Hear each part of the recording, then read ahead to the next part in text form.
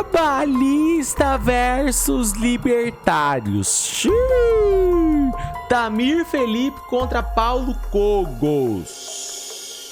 Também podia ser trabalhista contra os que não trabalham, né? Mas eu também não sei se os trabalhistas trabalham, né? Eu tenho muito essa minha dúvida se os trabalhistas realmente trabalham. Porque assim, eu nunca vi uma pessoa defender o trabalho, uma pessoa que trabalha.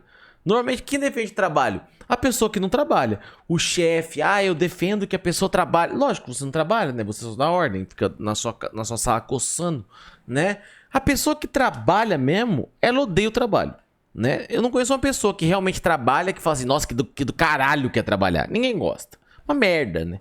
Trabalhar é facilmente a pior coisa que tem. Eu não vivi toda a experiência da vida. Por exemplo, eu já capotei um carro, já corri risco de vida, já fiz cirurgia que teve que se apagar, já quebrei todos os ossos do meu corpo. E eu não tive nenhuma experiência pior do que trabalhar até hoje. Então, eu prefiro me acidentar toda semana do que ter um emprego. Mas vamos lá. Vamos lá, trabalhistas versus libertários. Vamos lá. Leis trabalhistas prejudicam o trabalhador. Ih? Se alguém concorda, pode vir. Meu Deus, calma aí. Se alguém concorda, pode vir. Eu achei que o Paulo Cogo tava com a calça até aqui. Não, mas gente, o que aconteceu? Nós assistimos um vídeo do Paulo Cogo semana passada que ele tava levemente mais bonitinho, né? Se arrumou, né?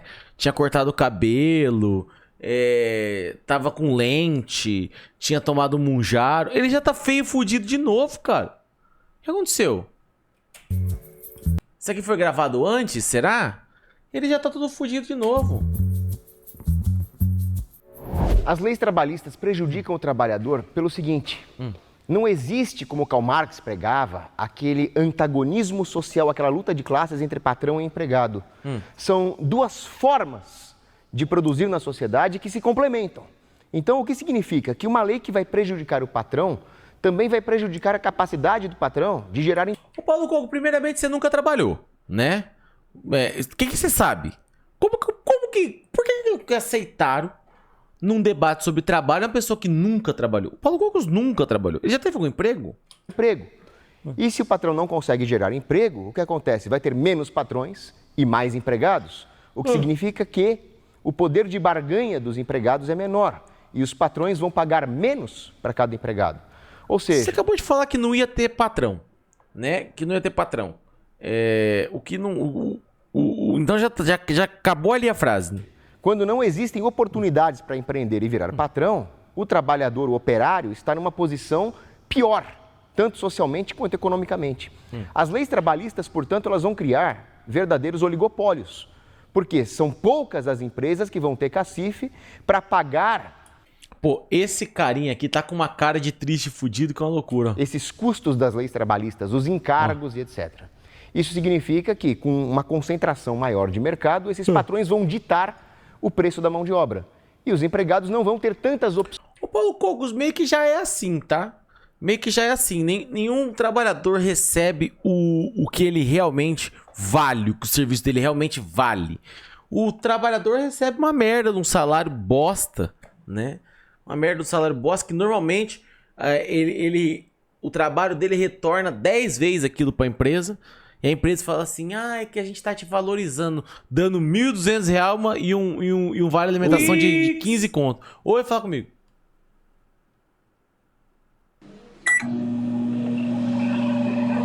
O terror do Cogos no micro-ondas.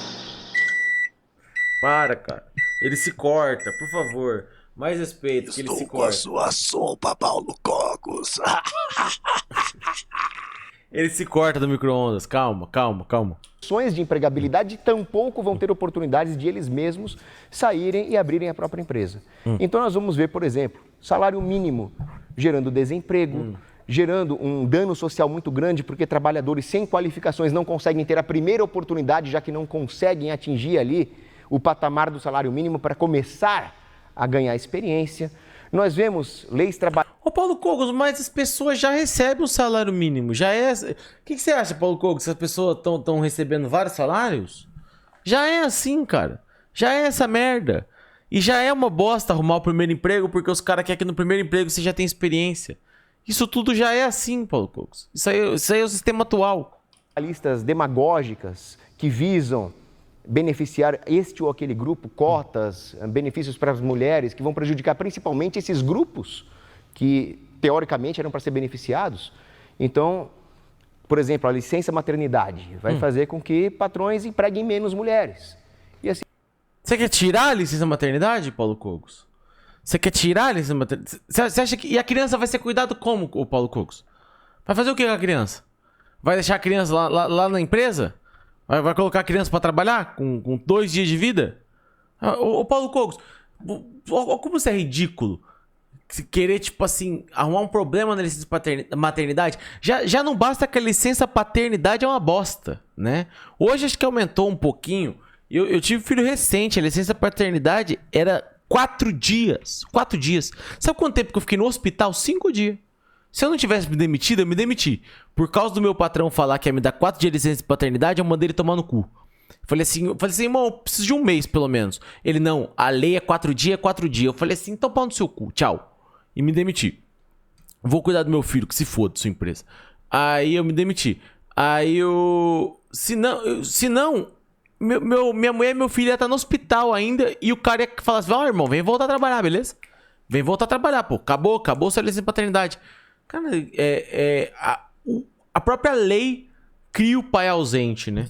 Porque, tipo assim, o pai não tem direito nem de ajudar a mãe no começo porque já tem que voltar a trabalhar. É uma bosta. Aí o cara quer fazer o quê? Acabar com a lei da licença maternidade também. Quem que vai cuidar da criança, gente? E por diante. E o pior de tudo, essas leis trabalhistas, elas vão gerar um vício muito grande, um dano moral. Por quê? Porque antes das leis trabalhistas, os patrões ofereciam todo tipo de apoio para os seus empregados. Ninguém quer ficar com empregados trabalhando sem moral ou precisando de atendimento médico. Os patrões forneciam isso. E os empregados faziam ali o melhor que eles podiam para tentar conseguir mais oportunidades. Depois que vem as leis trabalhistas, cada um vai reclamar o seu lado para o governo e aí sim você vai criar uma cisânia social em relação a isso. O empregado vai ficar acomodado na própria lei trabalhista, ele, já vou ter seguro-desemprego mesmo, não preciso me esforçar. E o patrão também vai ser menos generoso, porque quem tem que dar esses benefícios para o empregado é o Estado, não é mais comigo. Ô, Paulo Cogos, o patrão já não é generoso. E esse negócio de, eu não vou trabalhar porque tenho o seguro-desemprego. Ô, amigão, isso aqui não faz nem sentido, tiozão. Faz nem sentido. Seguro-desemprego não é pra sempre, não, é só uns meses.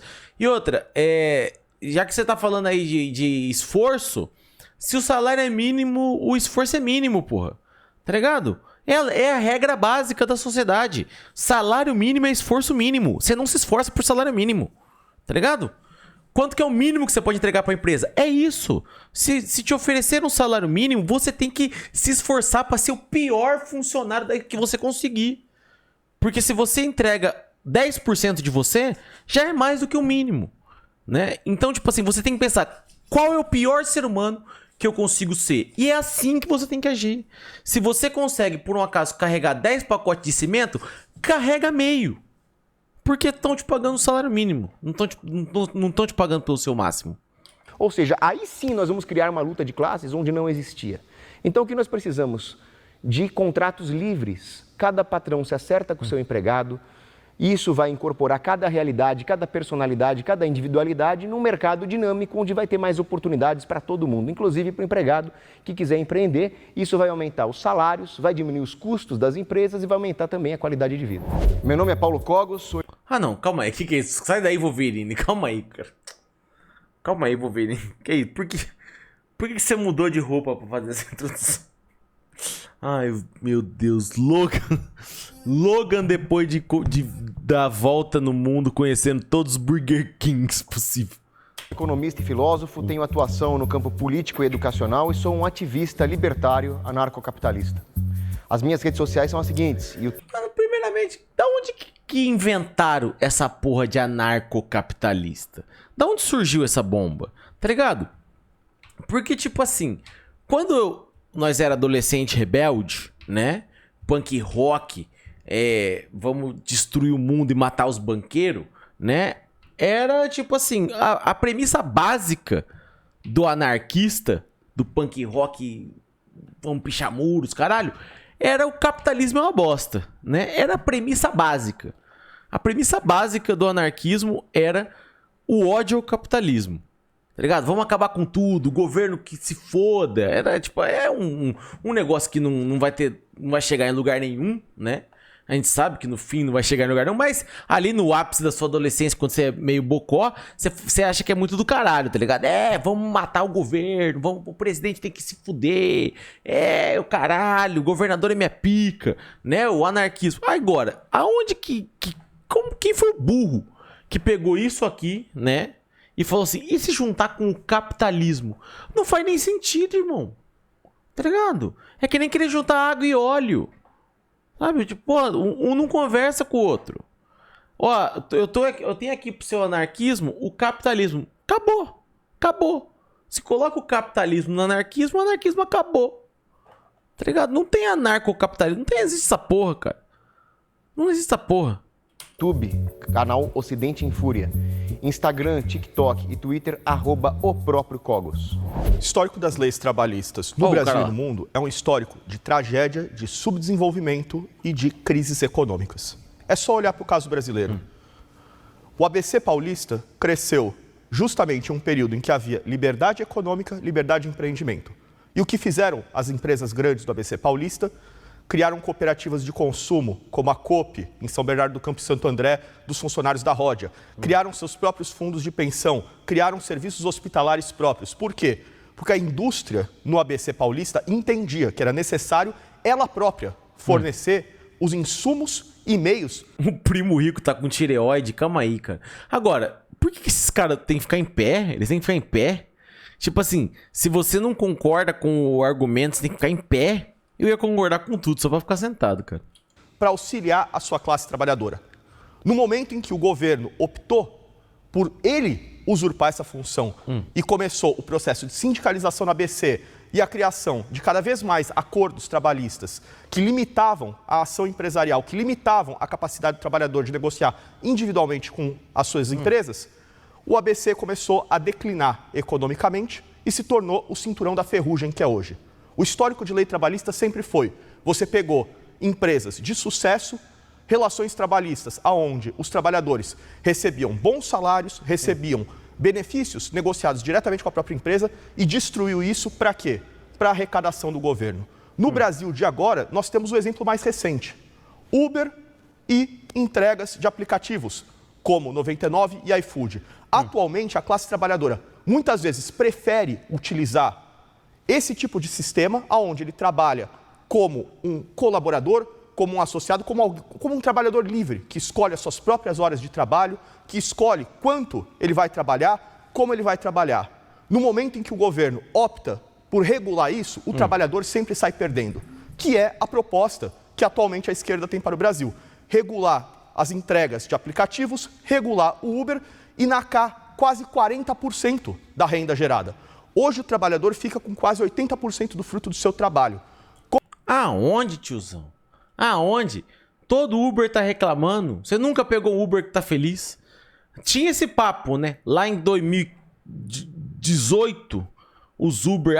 eu sou Uber e eu ganho 12 milhões de reais por mês fazendo 4 corridas por dia. Agora você pega o Uber, os caras tá assim... eu rodo o Uber aí das 3 da manhã até 00:30. Aí vou pra casa, tomo um banho, vou de novo, né? Pra conseguir aí comprar 2 esfirras, tá ligado? Com as leis trabalhistas e a regulação do setor de aplicativos, o trabalhador vai ficar com metade, às vezes até menos, a depender de quantas horas ele trabalhe.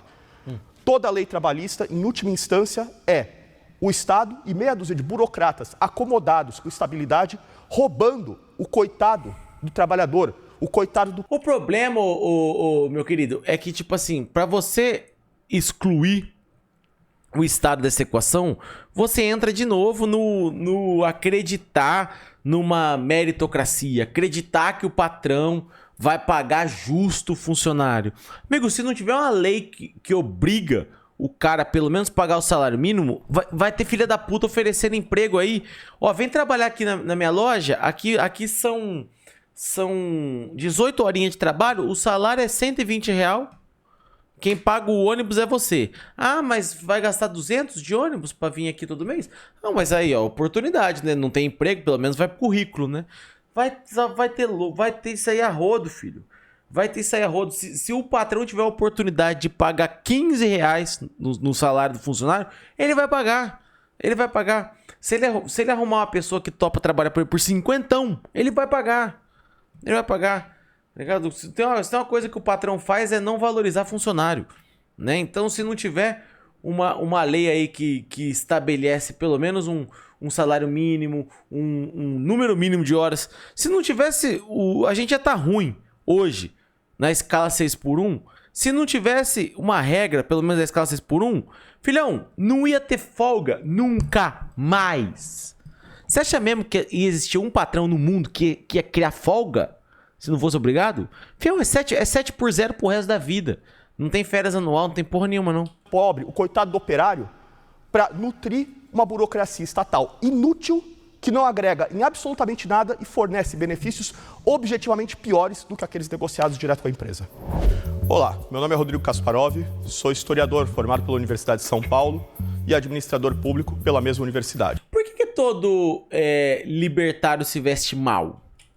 Nos últimos 20 anos eu tenho atuado pelo libertarianismo e em pautas de direita, seja em campanhas políticas da direita conservadora e da direita libertária. Olá, já vi num canal um trabalho numa pizzaria de 4 horas no sábado que pagava com uma pizza. Olha aí. Das mais tradicionais, não pode ser pizza muito cara. Olha que beleza, né? Olha aí, a pessoa faz um freela de 4 horas pra poder levar uma pizza pro filho. E essa é a situação do brasileiro, né? E os caras querendo que, tipo assim, ah, não, vamos deixar que o patrão escolha as regras, né? Não é o Estado que interfira, não. O patrão que tem que escolher as regras aí. Olha aí, ó. Olha aí o que ia dar. Ó, gente, você não quer trabalhar aqui o dia inteiro, paga um lanche. Ou diretamente na militância. Meu Twitter é @Rodrigo Kasparov e meu Instagram é @Rodrigo Kasparov Neves. Ah, eles são livres da moda, por isso que eles se vestem mal. Pode vir os que discordam.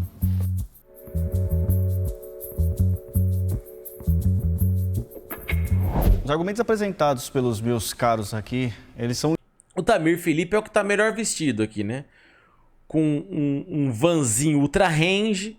Esse aqui também, esse moço aqui também, veio no modo vou conhecer a sogra, né?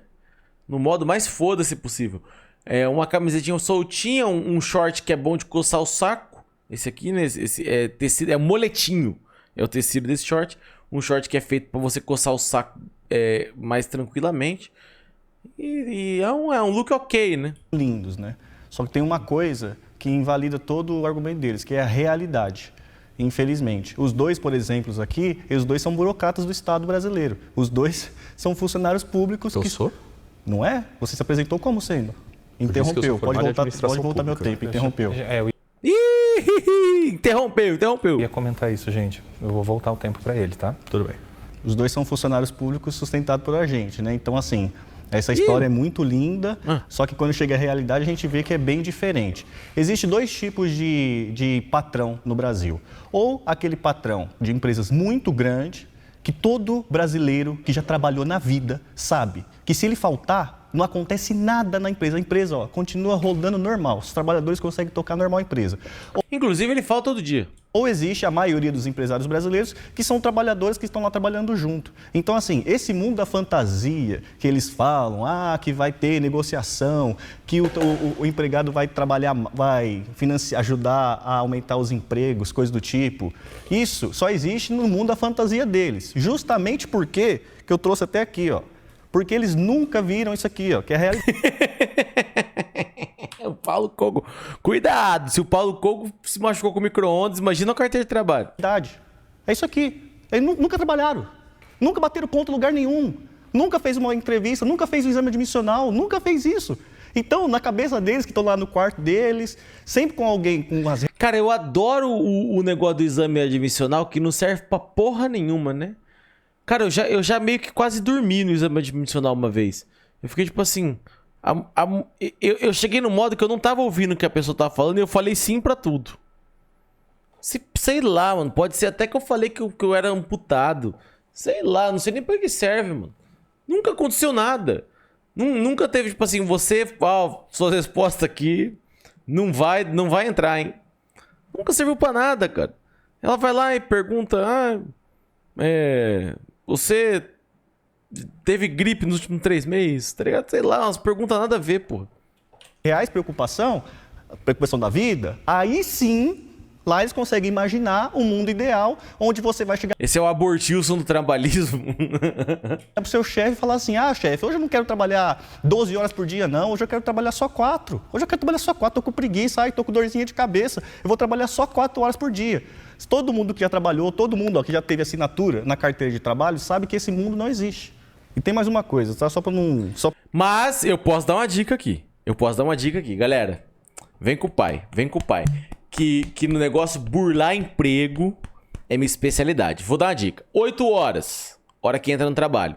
Não precisa chegar. Tipo assim, você trabalha bem uns 6, 7 meses. Mostra que você é um funcionário maneiro, né?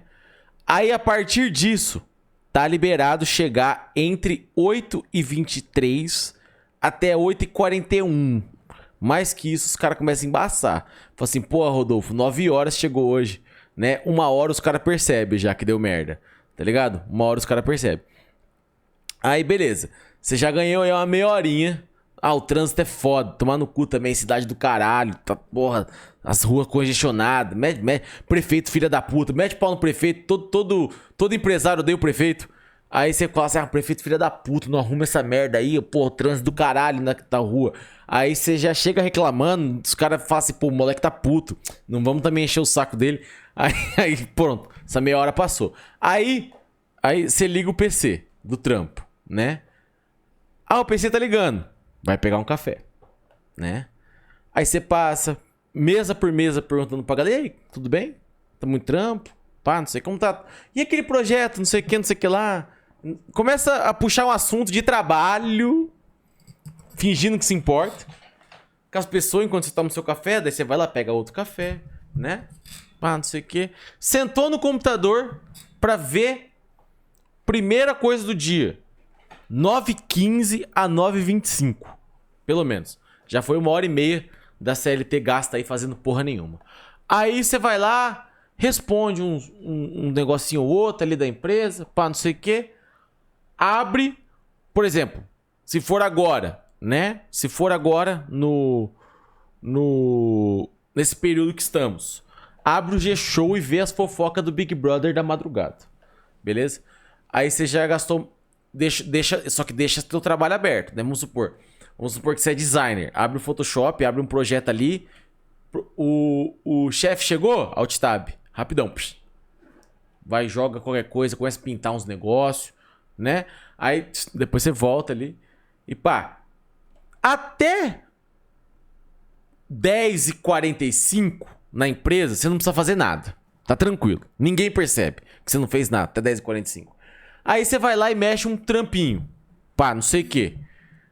Das 11 horas ao meio-dia. Aí você manda pra aprovação. Na hora do almoço.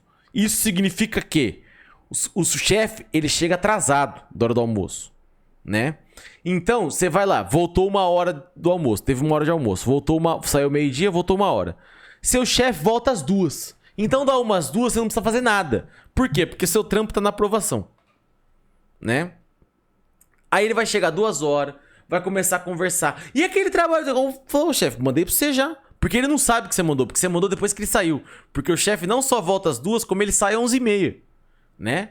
Então, ele falou, não, tá lá no seu e-mail, tô esperando a aprovação, tô aqui até parado aqui, ó.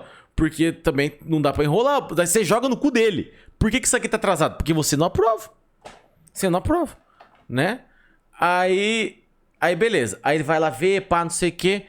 O bagulho vai voltar pra você umas 2h30. 2h30 você faz o quê? Galera, vou fazer a boa. Vou fazer o café da tarde. Aí você se oferece pra passar o café da tarde. Tá?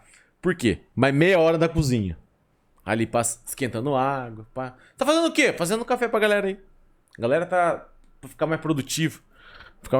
Aí o pessoal tá meio sonolento. Pós-almoço é foda, né? Tô fazendo um café pra galera aqui. Aí você passa o café. Aí vai dar umas 3 horas. Aí você vai lá e mexe a alteração que o chefe mandou, né? Você fica ali, enrola, faz ela em 5 minutos, fica olhando pra tela, vê um vídeo, assiste uma live, pá, não sei o quê. Envia pra ele 4h55. Tá? Aí ele vai estar enrolado, tudo puto, pá, não sei o quê. Aí ele vai vir 5 horas falar uma coisa e fala, tá no seu e-mail, brother. Tá no seu e-mail, você não responde? Você não responde? Aí vai jogando no cu dele. Aí ele vai vir 5h59 falar assim, não, que não sei o que não sei o que. Ela fala assim, ó, brother, acabou o horário de trabalho. Acabou, irmão. Acabou, 6 horas já.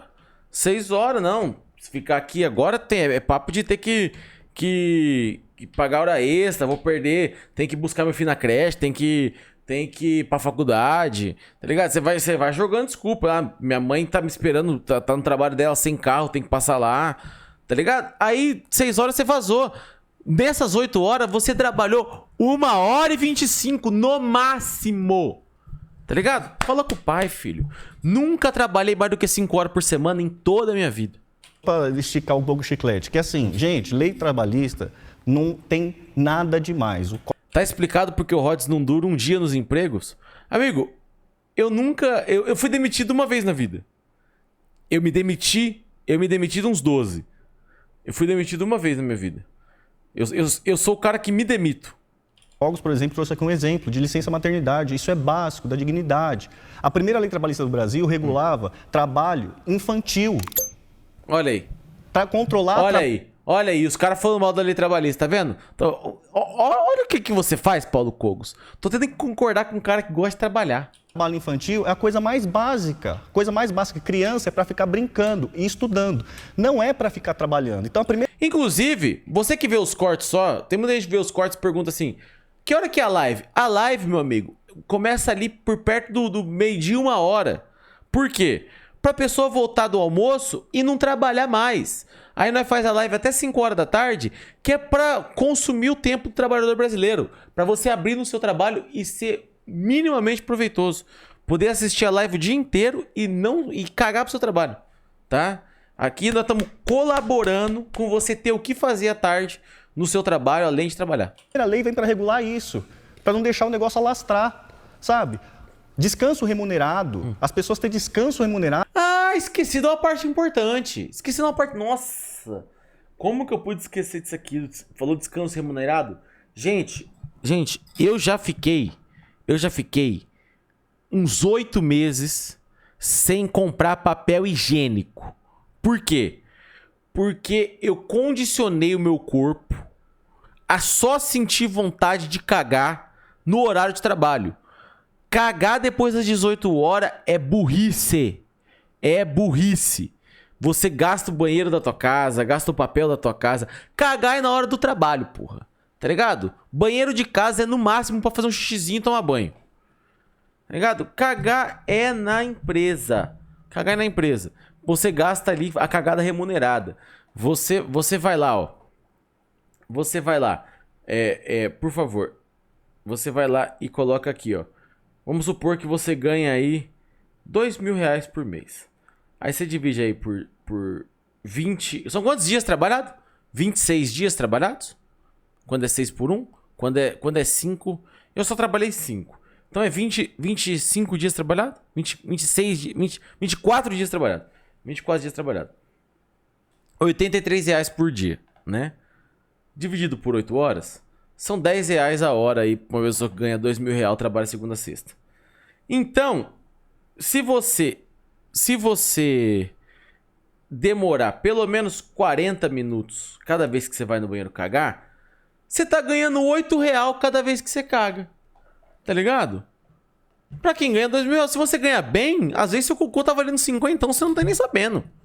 Galera que ganha R$10.000 por mês...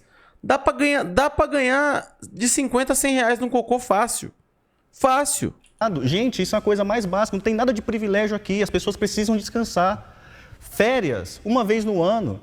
Cara, não é pedir demais, é uma coisa básica. As pessoas precisam de férias, inclusive os funcionários voltam energizados. Todo mundo, depois que volta de umas férias, todo mundo que trabalha, É verdade. né? Todo mundo que bate ponto, verdade. sabe o que está acontecendo. Quando volta das férias, volta todo mundo mais feliz, mais É verdade, é verdade. Eu voltei tão energizado das minhas férias que eu me demiti. Eu fiquei tão alegre. O último trabalho que eu tive.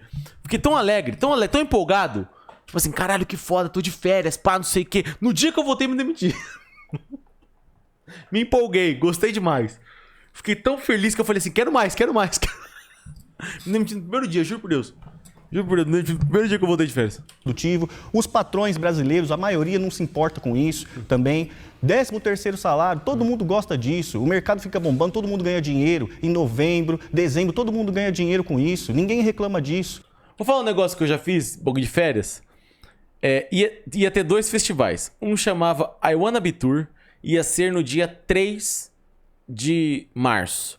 E o outro chamava Lollapalooza, seria no dia 24, 25 e 26 de março. Eu falei pro meu chefe, vou tirar as férias que pega os 2 festivais, tá? Porque eu vou viajar pros 2. Tô sendo legal, porque eu falei, eu iria mesmo se eu tivesse que trabalhar, tá? Eu ia faltar. Tô sendo legal e tô encaixando os 2 nas minhas férias. Aí ele falou assim, mas entre um festival e outro, dá 2 dias a mais do que você tem de férias. Aí eu falei, ué, então você vai me dar 2 dias a mais de férias. Aí ele, não, você vai ter que... Falei assim, irmão, eu não vou vir trabalhar no meio das férias. 2 dias aleatório. 2 dias e vou embora. E eu vou viajar nesse e nesse. Não tem como sair antes, sair depois e nem como voltar antes. Você coloca aí que eu tenho 2 dias a mais de férias. É a opção que eu tô te dando, tá ligado? É a opção que eu tô te dando. Porque se você me der só 20... Acho que eu tinha 20 dias de férias. Que eu já tinha tirado 10 no fim do ano. Tinha 20 dias de férias e ia dar 22 dias. Um bagulho assim. Eu falei assim, ou você vai me dar 22 dias de férias, ou eu vou faltar 2 dias. Porque eu não vou aparecer. É isso. É isso. Aí ele teve que me dar 22 dias de férias. Sabe? Então são coisas básicas. Uma previsibilidade, que é a multa rescisória, uma previsibilidade, sabe? Para as pessoas conseguirem planejar a sua vida, porque a vida não é só trabalho. Você tem a sua vida familiar, você tem os seus filhos, você tem os seus sonhos. Então você tem uma previsibilidade de saber que não vai ser mandado embora amanhã e sair com a mão na frente e outra atrás. Isso é coisa da dignidade, sabe? Sim. Isso é o mundo real. É o mínimo, é o mínimo. Qual o libertário, infelizmente, não tem contato com o mundo real. Meu nome é Tamir Felipe, eu sou professor de ensino infantil e Fundi 1, sou trabalhista e minha formação é músico. Mas a melhor definição sobre mim foi o Belchior que deu. Sou apenas um rapaz latino-americano, sem dinheiro no banco, sem parentes importantes e vindo do interior. Olha aí, olha aí. Estou aqui hoje para defender a corrente trabalhista porque é a corrente que mais trouxe transformação no Brasil. Eu poderia escolher milhares de exemplos das transformações positivas que o trabalhismo trouxe para o Brasil, mas hoje eu escolhi, entre tantas, eu resolvi escolher só o Senai. Quem aí em casa não tem um pai ou uma mãe que foi transformado através do Senai, que era uma ideia dos trabalhistas implantado por Getúlio Vargas e que trouxe uma transformação de capacitação e no nível industrial e desenvolvimento para o Brasil. Você nunca foi funcionário público? Você Eu já fui, não bom, sou. Então tá bom. Então tá bom, Mas refaça mas a você afirmação, chegou- pessoal, refaça a afirmação. Ele já Olha foi aí. funcionário público. Pode ir, Crepe. Bom, eu acho que tem 2 coisas aqui que a gente precisa começar comentando, né? Primeiro, eu acho que há um erro na fala dos nossos colegas aqui, que é o que o Tamir acabou colocando também, que é um erro que acaba criando uma fábula, como se o mundo fosse perfeito, fosse um paraíso na Terra, e chegaram as leis trabalhistas e destruíram a humanidade, destruíram a relação, jogaram o patrão Destruiu pra eles que é filho de patrão. contra o trabalhador e criaram a tal da guerra de classes, que segundo Paulo Cogos foi inventada pelo Marx, mas na verdade ela já está desde a República do Platão, já existem reflexões em relação ao enfrentamento entre ricos e pobres na sociedade grega, por exemplo. Platão, que não existia comunismo nessa época, e o Karl Marx. Eu fiz Senai? Eu nunca fiz Senai. Eu nunca quis me especializar muito na minha vida. Eu nunca tive muitos sonhos. Além de não trabalhar. Tá ligado? Pô, eu pareço muito vagabundo, mano. Eu pareço muito vagabundo, cara. Não queria parecer tão vagabundo. Mas, tipo assim, a minha única meta de vida era não ter um emprego. Tá ligado? Pô, mas é foda, cara. É foda, tipo assim... Pô, eu aceitava várias coisas. Eu aceitava dar certo como youtuber, eu aceitava dar certo como músico. Tipo assim, não é que não é um emprego, é que não é um emprego que tem um patrão, tá ligado? Tá ligado? Dá pra entender? Tipo assim, não é que eu sou contra fazer alguma coisa da vida, queria ser um peso de papel. Eu não queria ter um patrão. Mas eu também não tenho essa garra toda pra ser um empreendedor autônomo. Que vou lá fazer meu próprio negócio. Não tem. É que eu não tenho muito tesão no mundo comercial. Tá ligado? Eu não olho pra nenhuma empresa e falo, cara, que empresa foda. Tá ligado? Não tenho muito isso. Empresa é empresa. Tá ligado? Pra mim, trabalhar no mercadinho, trabalhar no Google é a mesma coisa. É uma coisa, tudo é trabalho. Tudo é meio chato. Eu gosto de, sei lá, tá fazendo alguma coisa. Só veio aparecer no século XIX. E não só isso, né? Por que as leis trabalhistas elas foram criadas, né? A gente teve ali o processo de revolução industrial, das revoluções industriais, e ali no século XIX emergiu a chamada questão social, que é esse processo que o Tamir, inclusive, descreveu, de jornadas de trabalho exaustivas, de criança trabalhando, de mulher grávida trabalhando, Ainda é exaustivo. famílias totalmente desestruturadas para colocar, para alimentar essa máquina da Revolução Industrial. Isso gerou cenas chocantes, isso gerou uma realidade em que as pessoas elas tiveram a percepção de que isso tinha que ser mudado. Isso foi alimentado pela sindicalização dos trabalhadores, isso foi alimentado... Mas você não tem uma loja de biju? Então, tenho. Tenho, mas esse é o ponto. Eu não faço nada lá. Eu sou um inútil, eu só fui sócio investidor, né? Eu sou um grande inútil. Depender de mim vai à falência, sabe? Porque eu não tenho essa motivação. Eu não tenho essa motivação. Foi, tipo assim, só precisavam de um dinheiro pra fazer uma sociedade e eu entrei com dinheiro, tá ligado? Eu sou um inútil, Também pelos movimentos comunistas, e isso foi alimentado, inclusive, pela Igreja Católica. Se você lembrar, a Rerum Novarum, do Papa Leão XIII, ela fala sobre o direito e da proteção do trabalhador, o Leão XIII, que eu creio que não vai ser chamado de comunista. Então, a gente tem uma percepção, uma consciência de que nós precisamos proteger o trabalho. Por que precisamos proteger o trabalho, proteger o trabalhador? Porque ele é o lado mais fraco. Essa ideia de que a negociação entre o trabalhador e o empregado é uma negociação livre, isso é uma mentira, porque a liberdade que o trabalhador tem é de aceitar um emprego ou de passar fome, ou de morar debaixo da ponte. É isso. Isso não é liberdade. Ia ser pior, na verdade, porque daí eles iam pagar menos ainda. E isso já é um primeiro problema, um problema conceitual, um problema filosófico desse debate que já está recheado de equívocos, né? E o segundo ponto é a própria questão da realidade. Se você pega hoje no mundo e você analisa os principais países, os países mais desenvolvidos são países que mais protegem o trabalho. São países que têm organização sindical muito forte, que têm leis trabalhistas que protegem muito mais do que o Brasil e que são países desenvolvidos. Se você chega para um trabalhador hoje, qual a lei trabalhista, qual a organização do trabalho que você quer? Você quer a da Nova Zelândia ou a do Haiti? Eu não sei. Eu ia chutar da Nova Zelândia porque eu acho. Porque a galera surfa lá. Mas eu confesso que eu não sei absolutamente nada, nem sobre o Haiti, nem sobre a Nova Zelândia. Você quer a do México ou a da Suécia? Então, ele vai optar... Eu não sei. Tipo assim, a Suécia tem o No Fun et al. E o México tem o Dia dos Mortos. Eu acho maneiro. Obviamente, pelos países com mais proteção do trabalho. E a própria comparação do Brasil. Hoje, o Brasil ele tem mais leis trabalhistas do que no início do século XX, se a gente for comparar. A vida do trabalhador hoje no Brasil, ela está melhor ou está pior do que no século XX, no início do século XX.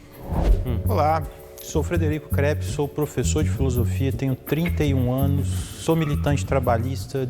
31? 31? Com essa skin de desistir? Que isso, Crepo? Vamos levantar. Vamos dar uma acordada na vida. Olha que skin de quem não tem mais esperança no planeta. Quem tá só esperando Deus puxar. Defendo que a corrente trabalhista foi a corrente mais bem sucedida da história política. Ele é mais novo que o Jones? Ele é mais novo que eu também, mas ele tem uma cara de desistência. É uma cara de tipo assim, porra, me leva, acabou, né? Acabou. Tá vendo? Por isso que eu falo. Vale a pena trabalhar? Olha o semblante, gente. Olha o semblante do menino. Olha aí, gente. Não tem uma gota de sangue aqui que passa nesse corpo aqui que tem esperança. Tá ligado? Isso aqui acabou. Brasileira, porque foi a que começou um período de grandes transformações na sociedade brasileira, por entender um casamento ali, especialmente um casamento do Estado com a iniciativa privada, para poder alavancar o desenvolvimento brasileiro, né, pegando ali o que tinha de mais avançado naquela época desse início dessa ideologia trabalhista. E é uma ideologia que, na minha opinião, ela tem uma capacidade de se auto-renovar e de se autocriticar muito boa por ela ser muito eclética. E eu sou uma pessoa eclética, eu parto de uma base até filosófica um pouco cética, então eu acho que a gente precisa de um certo ecletismo e de uma certa abertura para Eu nunca tinha visto alguém usar a palavra eclética, tá ligado? Eu nunca tinha visto alguém usar a palavra eclética, que se não for uma pessoa que fala, eu gosto de Sepultura e Cláudia Leite, né? Eu só sabia usar essa palavra para isso. Eu ouço Hugo, Leonardo e Bon Jovi, tá ligado? Rods mal se vê, mas ele é fã da Taylor Swift. Olha aí. Olha aí. Primeira informação boa que eu ouço de Frederico. Obrigado, viu? Eu só tinha ouvido informação ruim desse menino com nome de comida até hoje. Agora eu sei que ele é fã da Taylor Swift. Legal, legal, né? Shake it off. Pra gente poder avançar, justamente pra gente poder transformar o mundo, ainda mais no momento. Trabalho envelhece mais que cigarro. Perfeito. E ó, cigarro mata. Informação. Trabalho também. Mas cigarro mata. Tá? Informação aí. Jogou o cigarro aí, eu sem querer trocar essa camiseta. Que a gente tá num momento tão difícil, um momento tão complicado e tão dominado. Ele gosta de Coldplay também? Ah, não, aí faz sentido a skin pau mole, né? Todo fã de Coldplay é pau mole. Inclusive por certas perspectivas e certas ideias ultra-individualistas que valorizam aquilo que a gente tem de pior na humanidade e que a gente está levando, né? Que está levando a humanidade para aquilo que tem de pior na sua história e para momentos sombrios que a gente não quer ver acontecer. Bem, só queria começar dizendo que o que o Tamir falou não procede com a realidade. Tenho carteira de trabalho, já trabalhei em agência turística, já trabalhei em setor administrativo de clube de futebol, já trabalhei em imobiliária, já trabalhei como autônomo. Hoje tenho uma empresa de marketing direto, já fui funcionário público em um período da minha vida. Inclusive saí do funcionalismo público, onde eu era um concursado, justamente por entender que aquilo ali não era o sistema que eu queria para minha vida.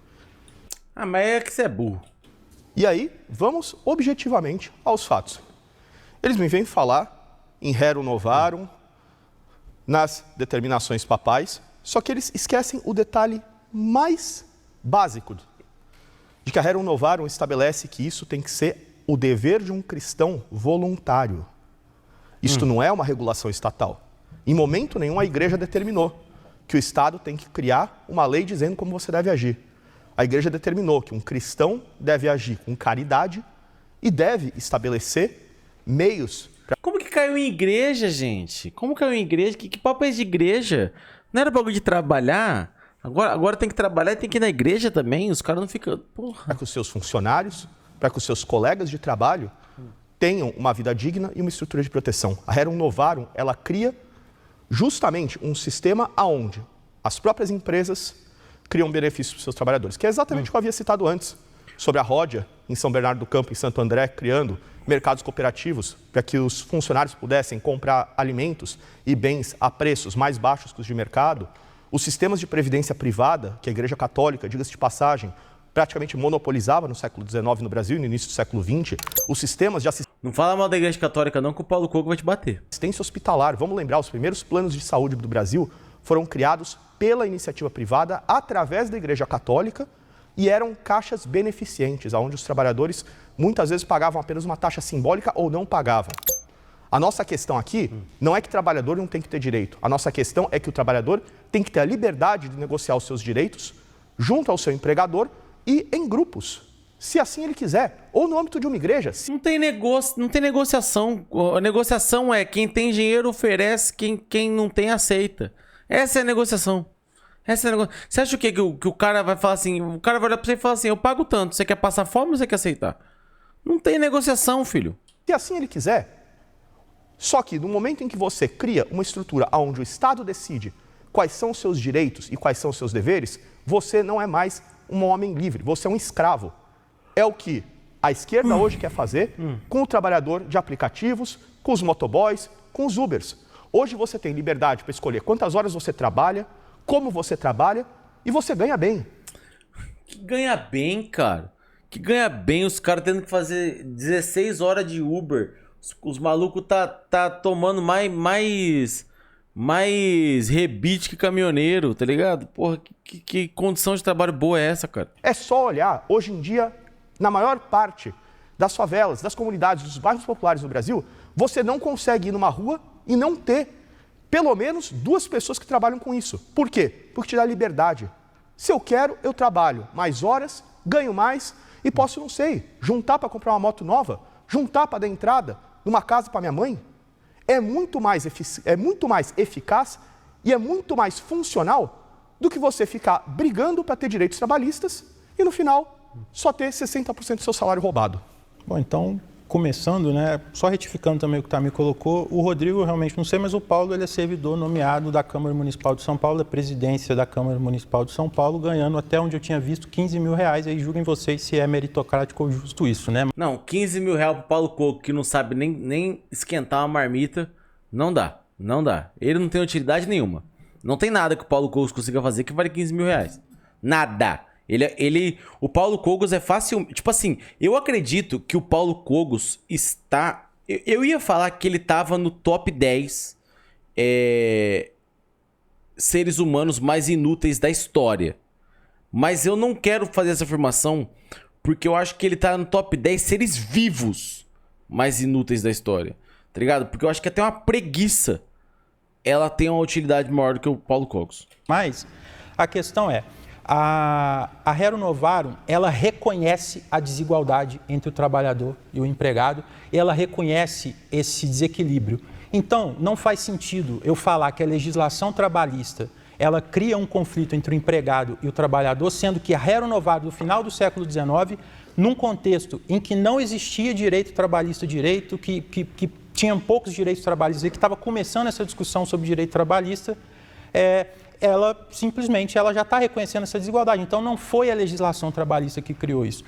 Ele poderia tentar ao menos herdar o trabalho da mãe, mas não serve nem para isso. O que a mãe dele faz? Novamente eu volto aqui à questão mais básica. Os países mais desenvolvidos do mundo hoje são países com mais proteção do trabalhador. Isso é um fato inegável. Qualquer pesquisa que você fizer de carga tributária, de proteção do trabalhador, de direito, de licença paternidade, de licença maternidade, você... A mãe dele é dermatologista. E ele tá tudo fodido assim? Por que ela não arruma ele, gente? Por que ela não faz umas paradas na cara dele pra ele não ficar tão feio assim? Agora, o último... O Cogos, ele é Nepo Baby? Ele, tipo assim, a gente tem vários casos de filhos de rico no Brasil inúteis, né? Mas, por exemplo, vamos falar de um outro que nunca precisou trabalhar, que é o nosso humano, nosso mestre, Supla, né? Tipo assim, o Supla nunca precisou fazer porra nenhuma também. Só que daí ele foi lá e lançou hits como Japa Girl in Brazil. Olha que letra, olha que letra. Japa Girl in Brasil. Olha que letra surpreendente. Linger, linger all the wrong. And a default song. Ele não fala nem inglês, nem português, nem nada, né? É uma obra-prima. O Paulo Cogos nem isso fez. Nem isso fez, cara. Fica se vestindo de cosplay de Clube Viking e brincando de subir árvore. Vai ver que os principais países são os países desenvolvidos.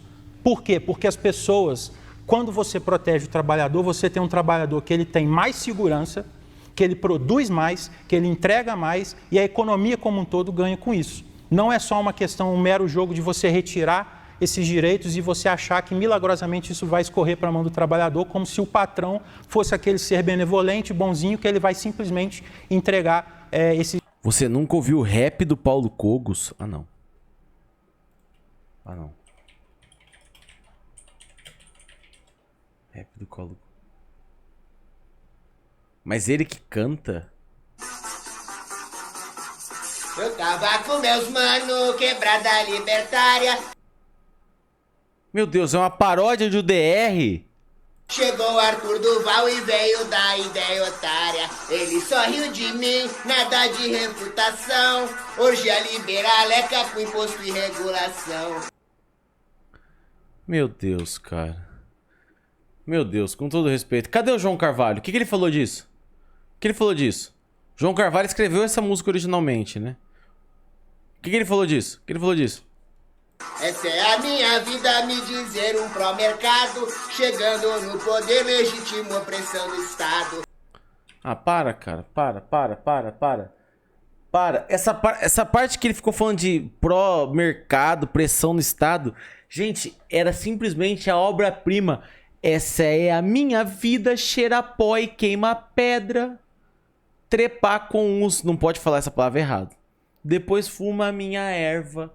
Usando altas drogas e adorando o cão, pregando o satanismo e praticando a felação. Tá ligado? E o cara substituiu por essa bosta, né? Eu denuncio festa onde tem aglomeração. Se não está contente, vai pra Liberlândia, irmão. Eu não protocolei o impeachment Ah, não, para. do Dória porque a vacina da China tem que ser obrigatória. Para. Deus não existe. Deus não existe. Esses direitos, ou supostamente, né, o que ele deveria dar ao trabalhador se não tiver esse aspecto de regulação estatal. E detalhe, esses países desenvolvidos que eu estou falando, todos eles com esses direitos via regulação estatal. Mais uma vez, a realidade ela se impõe, né? Um amigo acabou cometendo um sincericídio aqui, né? Ele é patrão e ele está aqui advogando, como, por exemplo, o amigo dele falou que a licença maternidade é um problema. Então, ele está aqui advogando que ele não quer que você negocie direto as férias, que ele quer que você negocie direto a licença maternidade, ele quer negociar direto o salário, a jornada, quem pode trabalhar, quem não pode. Então, aqui, ó, um é patrão, com esse papo, e o outro é funcionário público, recebendo 15k por mês. O Fred, quando acabar aqui o programa, segunda-feira, ele vai estar lá batendo ponto, dando aula para receber um dinheiro que não é 15 mil reais por mês. Para receber 10% do que ele defende, e eu fiz um concurso e uma prova para poder entrar. Eu, segunda-feira, vou estar lá. Segunda, terça, quarta, quinta, sexta, dando aula para molecada também batendo ponto. Entendeu? Para ter o salário, gente, para ter moradia, para Pergunta a Mir, não vive só da live dele. ter comida, para pagar minha conta de luz, coisa básica, entendeu? Então, assim, eu não sei onde eles vão estar. Agora, nessa semana, por exemplo, o Cogos, um funcionário público, estava na caminhada com os gado. Olha. Atrás de negócio com esse tal, um funcionário público, todo Ah, é mais velho esse negócio. mundo pagando 15 conto pro cara tá lá. Enquanto tá todo mundo batendo ponto para trabalhar, para ganhar 10 vezes menos para viver com o básico. Então é assim, gente, essa é a realidade. Bem, para vocês verem que uma vez que eles começam na mentira, eles insistem na mentira. Ah. Os dois são funcionários públicos. Ambos professores concursados. São servidores do Estado. E no meu caso, ele vem chegar e falar que eu sou um patrão. Ratifica, eles eu não não sou funcionário conhecem, público. vou ser interrompido. Olha aí, não é funcionário público. O Tamir trabalha como? Eles não conhecem o conceito de prestador de serviços. Ou seja, você, MEI, que abre um CNPJ para prestar esse serviço para outra pessoa, agora você é patrão na visão dessas pessoas. Por quê? Porque eles não estão nem aí para a sua liberdade de trabalho. Eles querem que o governo decida por você. Passar para o Paulo. Se eu sou funcionário público, ou privado, ou um marciano, ou gordo, ou magro, o que isso interfere A única coisa que você não é aí é magro. nos argumentos? Vamos nos ater à lógica, como dizia Aristóteles. Aliás, lembrando, né? Aristóteles falava que a harmonia na cidade está quando ricos ou pobres atuam pelo bem comum, não quando existe luta de classes, já que o Fred citou os clássicos. Então, a luta de classe, sim, é uma doença do corpo social. Uma doença introduzida por coletivistas, por marxistas. E é interessante que eu assumo que eles gostam de autores coletivistas, mas estão sendo extremamente individualistas na sua análise. Eles pegam um caso de um empregado negociando com um patrão. Ora, se eu chegar agora no supermercado e falar, amigão, você pode me vender Amigão é o nome do supermercado aqui na minha cidade. essa banana aqui de R$10 por 5, ele vai falar não. Mas eu tenho certeza que se o governo cortar impostos, cortar regulações, a moeda ficar saudável, as instituições tiverem certeza jurídica, daqui a um ano eu vou chegar no mercado e eu vou comprar essa mesma banana por R$5. Vai sim, vai sim. Vai sim, vai sim. Vai sim, o patrão não vai se aproveitar para ganhar mais, não. Então eles não entendem como é a dinâmica sistêmica do mercado, ficam se pegando caso a caso, né? Então, isso faz com que a análise deles seja extremamente tacanha. Existe um economista chamado Tem Amigão em Rio Preto também. Pior que Amigão é daqui da minha cidade. Inclusive, ele chamava Cidade Canção, né? Porque aqui em Maringá é a cidade da música Maria do Ingá. E as coisas aqui chamam Cidade Canção. Aí o mercado chama Cidade Canção. Aí ele começou a expandir, foi para as regiões aqui perto de Maringá. Aí quando ele começou a entrar no estado de São Paulo, eles tiveram que mudar o nome. Aí depois foi indo pro Brasil afora, né? Mas daí tiveram que mudar o nome, porque não fazia sentido chamar Cidade Canção nos outros lugares. Só que em Maringá isso não fazia sentido. Aí eles passaram a ser Amigão e expandiram pro Brasil inteiro. Hoje eles são a rede de mercado. Mas era um mercadinho aqui de Maringá. E aí... Aqui em Maringá deve ter uns 35 Amigão. Pelo menos. Deve ter uns 35, 40 Amigão. E agora eles estão no Brasil inteiro aí. Robert Wapples, que mostra que desde 1830, quando nós já tínhamos a Revolução Industrial consolidada e, portanto, um aumento da produtividade promovida pelos capitalistas malvadões, segundo eles, desde 1830, nós vamos tendo um aumento dos benefícios, dos descansos, das férias, da qualidade de vida, as crianças trabalhando cada vez mais tarde, os Pior que eu não vi um Amigão aqui em Porto Alegre ainda. A gente não conversa com o Rio Grande do Sul. velhos se aposentando cada vez mais cedo. Por quê? O grande economista Ludwig von Mises explica isso. Porque existe maior quantidade de capital investido per capita, um aumento da produtividade marginal do trabalho. Esses são os verdadeiros heróis do trabalhador, não é o burocrata, não é o político, não é a canetada de juiz. É só você ver que nos Estados Unidos eles têm muito menos leis trabalhistas do que nós, os contratos são negociados tete a tete, patrão-empregado, e eu quero ver quem é o trabalhador americano que prefere vir aqui para o Brasil. Na verdade, é o Trump que tem que segurar para não ir todo mundo lá, certo? Então, vocês têm que ver exatamente como as leis econômicas funcionam. Elas se aplicam a todos. É graças a isso que o mercado funciona, graças à liberdade de negociação. E citando agora a Rerum Novarum, eu quero citar também a 40º ano, que é o comentário do Papa Pio XI sobre a Rerum Novarum, que diz: é preciso observar o princípio da subsidiariedade. O que é isso? Significa que aquilo que puder ser resolvido localmente, patrão e empregado, ou por sindicatos, desde que sejam sindicatos voluntários, não imposto sindical, não peleguismo, como os trabalhistas defendem, tem que ser resolvido localmente. Quando entra o Estado e passa por cima das instituições locais, aí nós temos uma violação do princípio da subsidiariedade católica, ou seja, algo demoníaco. É curioso que o Paulo cita o Aristóteles e ele esquece de citar, por exemplo, que o Aristóteles defendia que a desigualdade na sociedade ela não poderia se dar numa proporção de 4:1, por exemplo, que o Estado deveria intervir para poder regular esse tipo de desigualdade. Eu estou errado? Na política do Aristóteles ele fala... Eles adoram citar o Papa Pio. Cara, não tem nada de Papa, cara. Não entendo nada de Papa. Eu não sei nem qual que é o nome do Papa que eu vi. Eu fui no Vaticano, né? Em 2019. Não sei nem quem que era o Papa que eu vi. Isso vocês podem consultar. Inclusive, o Aristóteles também defendia uma provisão básica para as pessoas mais pobres, né? Que eu tenho até alguns professores que brincam uma espécie de Bolsa Família da Grécia. Francisco. Mas não tem uns 16 que chamam Francisco? Da Grécia Antiga, né? Que a gente nem é tão fã assim dessas políticas compensatórias, mas o Aristóteles ele defendia esse tipo de política, né? E eu acho que a discussão aqui volta, né, para essa questão. Eu só quis pontuar essa questão filosófica porque eu acho que existe uns reparos assim que precisam ser feitos. Mas a questão é a realidade. Então, por exemplo, o Rodrigo ele cita a questão do cinturão da ferrugem do ABC paulista aqui no Brasil. Isso é uma falácia de omissão de evidências. Claro que é. Os Estados Unidos, que acabou de ser citado como exemplo de liberdade, ele também tem um cinturão da ferrugem lá. Eu estou errado? Isso não foi por conta de direito trabalhista? Sim. Ah, foi? Não foi? Não tem nada a ver com o NAFTA, por exemplo, que tirou as empresas de lá, que levou para o México. Não tem nada a ver com o rastro que teve essa política, inclusive, que o Donald Trump está fazendo agora, que os nossos amigos libertários aqui citam o Donald Trump, mas o Donald Trump é extremamente protecionista. Vocês são a favor das tarifas do Trump, por exemplo? Então, por que vocês estão citando o Trump aqui como um modelo aqui para segurar o trabalhador? E ainda tem outra. O trabalhador dos Estados Unidos, gente, pergunta para ele, oferece para ele os direitos que o trabalhador da Dinamarca tem, da França tem, da Suécia tem, pergunta se ele vai querer ou não. Poxa, gente, então, assim, é um debate que ele não tem respaldo na realidade. A gente fica aqui debatendo... Mas é que eles nunca trabalharam, né? Vocês estão querendo demais, pô.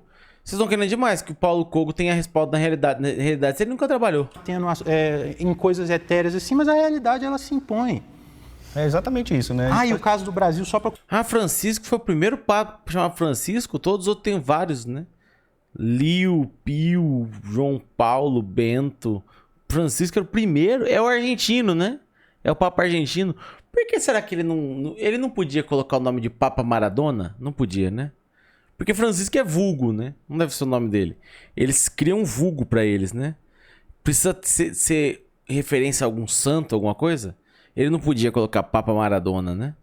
Completar. O que aconteceu no Brasil é o processo de desindustrialização que está acontecendo no Brasil dos anos 90 para cá, justamente efeito de políticas de abertura econômica que talvez nossos amigos aqui vão defender e a gente teve esse efeito prático de desindustrialização do Brasil nesse processo. E sobre o seu salário, Cogos, interessa pra gente que você é um funcionário público. A gente quer saber onde que você bate ponto, qual é o seu trabalho, qual é a roça que você plantou, qual é o parafuso que você produziu, qual parafuso você apertou, qual serviço você prestou, porque o que eu vi é que você estava na caminhada do gado, sendo que você está recebendo o salário que a gente está pagando. Está todo mundo moendo, todo mundo que estava aqui, os trabalhadores que estão aqui, os trabalhadores que estão vendo o vídeo, os Não, os trabalhadores do Spectre é tudo PJ. patrões que estão vendo o vídeo, aqui também tem patrão, tá todo mundo... Spectre não... Já briga aí, Tamir, tá? Você fica indo no Spectre todo dia, o Spectre não tem ninguém CLT, não.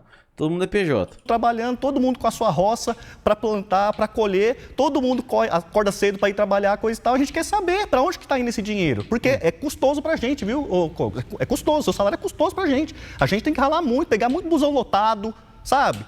Tem muita confusão para a gente ganhar esse dinheirinho, para a gente passar para o Estado, para você ir trabalhar. Pra você resolver, pegar a sua inteligência e resolver, dar soluções para os nossos problemas coletivos. E aí, quando a gente olha, a gente quer saber o que você está fazendo. A gente quer saber o seu trabalho, a gente quer saber porque a gente está te pagando, porque a gente não liga de pagar, a gente é miserável, não. A gente não liga de pagar para você. Mas você tem que mostrar serviço, né? Mas se o Tamir quiser saber mais sobre o meu trabalho, é só ele entrar no portal da transparência, ele só pode ir falar na aí, pô. câmera e pode ir lá ver os pontos que eu bati. Vai, fala agora aí, tonto. E pode ver as 326 pareceres legislativos produzidos por mim no último semestre, não tem problema nenhum. Agora eu concordo com ele que os encargos públicos ali pesam para a sociedade, por isso ele deveria apoiar pessoas que querem reduzir o Estado, não pessoas que querem aumentar o Estado, né? Cara, o cara trabalha pro Estado e quer acabar com o Estado. Isso é tipo o suicídio do trabalho, né? É uma obviedade. Agora, quando você cita Aristóteles, ou fala que eu citei Trump, não significa que eu concordo com tudo deles. Aristóteles tinha 400 escravos, defendia a escravidão, eu cito o que ele tinha de bom, eu filtro o que as pessoas falam de certo e filtro o que elas falam de errado, eu posso estar... Todo papa tem que fazer referência a animais. Isso é mentira. Isso é mentira. Leão, Pio, Francisco é padroeiro dos animais. E João Paulo, gente. João Paulo é um animal? Parente da onça. Tem a onça pintuda, a onça silvestre e a onça João Paula. Não tem, pô. Todo respeito. E o João Paulo, pô? Autores sem concordar integralmente com eles. Agora, quanto à questão trabalhista, vamos lá. Vamos pegar o cinturão da ferrugem ali na região dos lagos americanos. Por que que aquilo virou um cinturão da ferrugem se era uma potência industrial? Porque as leis trabalhistas tornam proibitivo investir na região e é óbvio que elas vão embora para lugares onde tem menos leis trabalhistas. É o que aconteceu com a China, por exemplo. Por que que as indústrias saíram da Europa, do Ocidente em geral e foram para a China? Porque na China não existem essas leis trabalhistas. Aí, é claro, algumas pessoas... Fala isso pro Papa Telésforo. Não, gente, Telésforo é marca de fósforo. Pessoas vão citar, olha, mas as condições de trabalho na China são terríveis. Se você está falando contra a escravidão em Aristóteles, por que você está falando agora da China? Mas é óbvio que eu também lamento as condições do trabalhador chinês, são péssimas. Mas, em primeiro lugar, por que as indústrias tiveram que ir para lá? Porque o Ocidente tornou proibitivo investir aqui. Em segundo lugar, mais um economista, Bernard Powell, ele fez uma pesquisa com as pessoas que trabalham nos sweatshops chineses, condições péssimas de trabalho, muito pior do que aqui, inclusive. E elas falaram, olha, eu prefiro ganhar o dinheiro que eu ganho do que ganhar menos e ter melhores condições ou mais descanso. Por quê? Porque ao longo da história as pessoas precisaram vencer o grande fantasma da escassez, da pobreza, para depois se dar ao luxo de ter esses descansos. Eu quero que elas tenham, mas eu sei qual é o mecanismo para isso. E vamos só lembrar um outro detalhe. O poder de compra, o poder aquisitivo de um chinês, de um vietnamita hoje é maior que o de um brasileiro. Por quê? Porque eles estão em sociedades que permitem o desenvolvimento industrial e não limitam esse desenvolvimento com leis trabalhistas absurdas.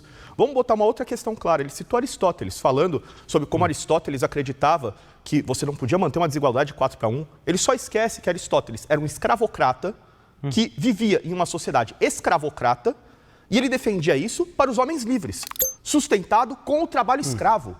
Aristóteles tinha mais de 400 escravos. Gente, por que eles estão debatendo Aristóteles? Foda-se, tá morto. Tá ligado? Aí eu tenho uma preguiça dessa porra, tô quase dormindo. Ai, que é o Aristóteles. Ai, gente, você morreu, né? Morreu já, acabou, foda-se. Se foda. Ai, a gente vai ficar se preocupando com morto.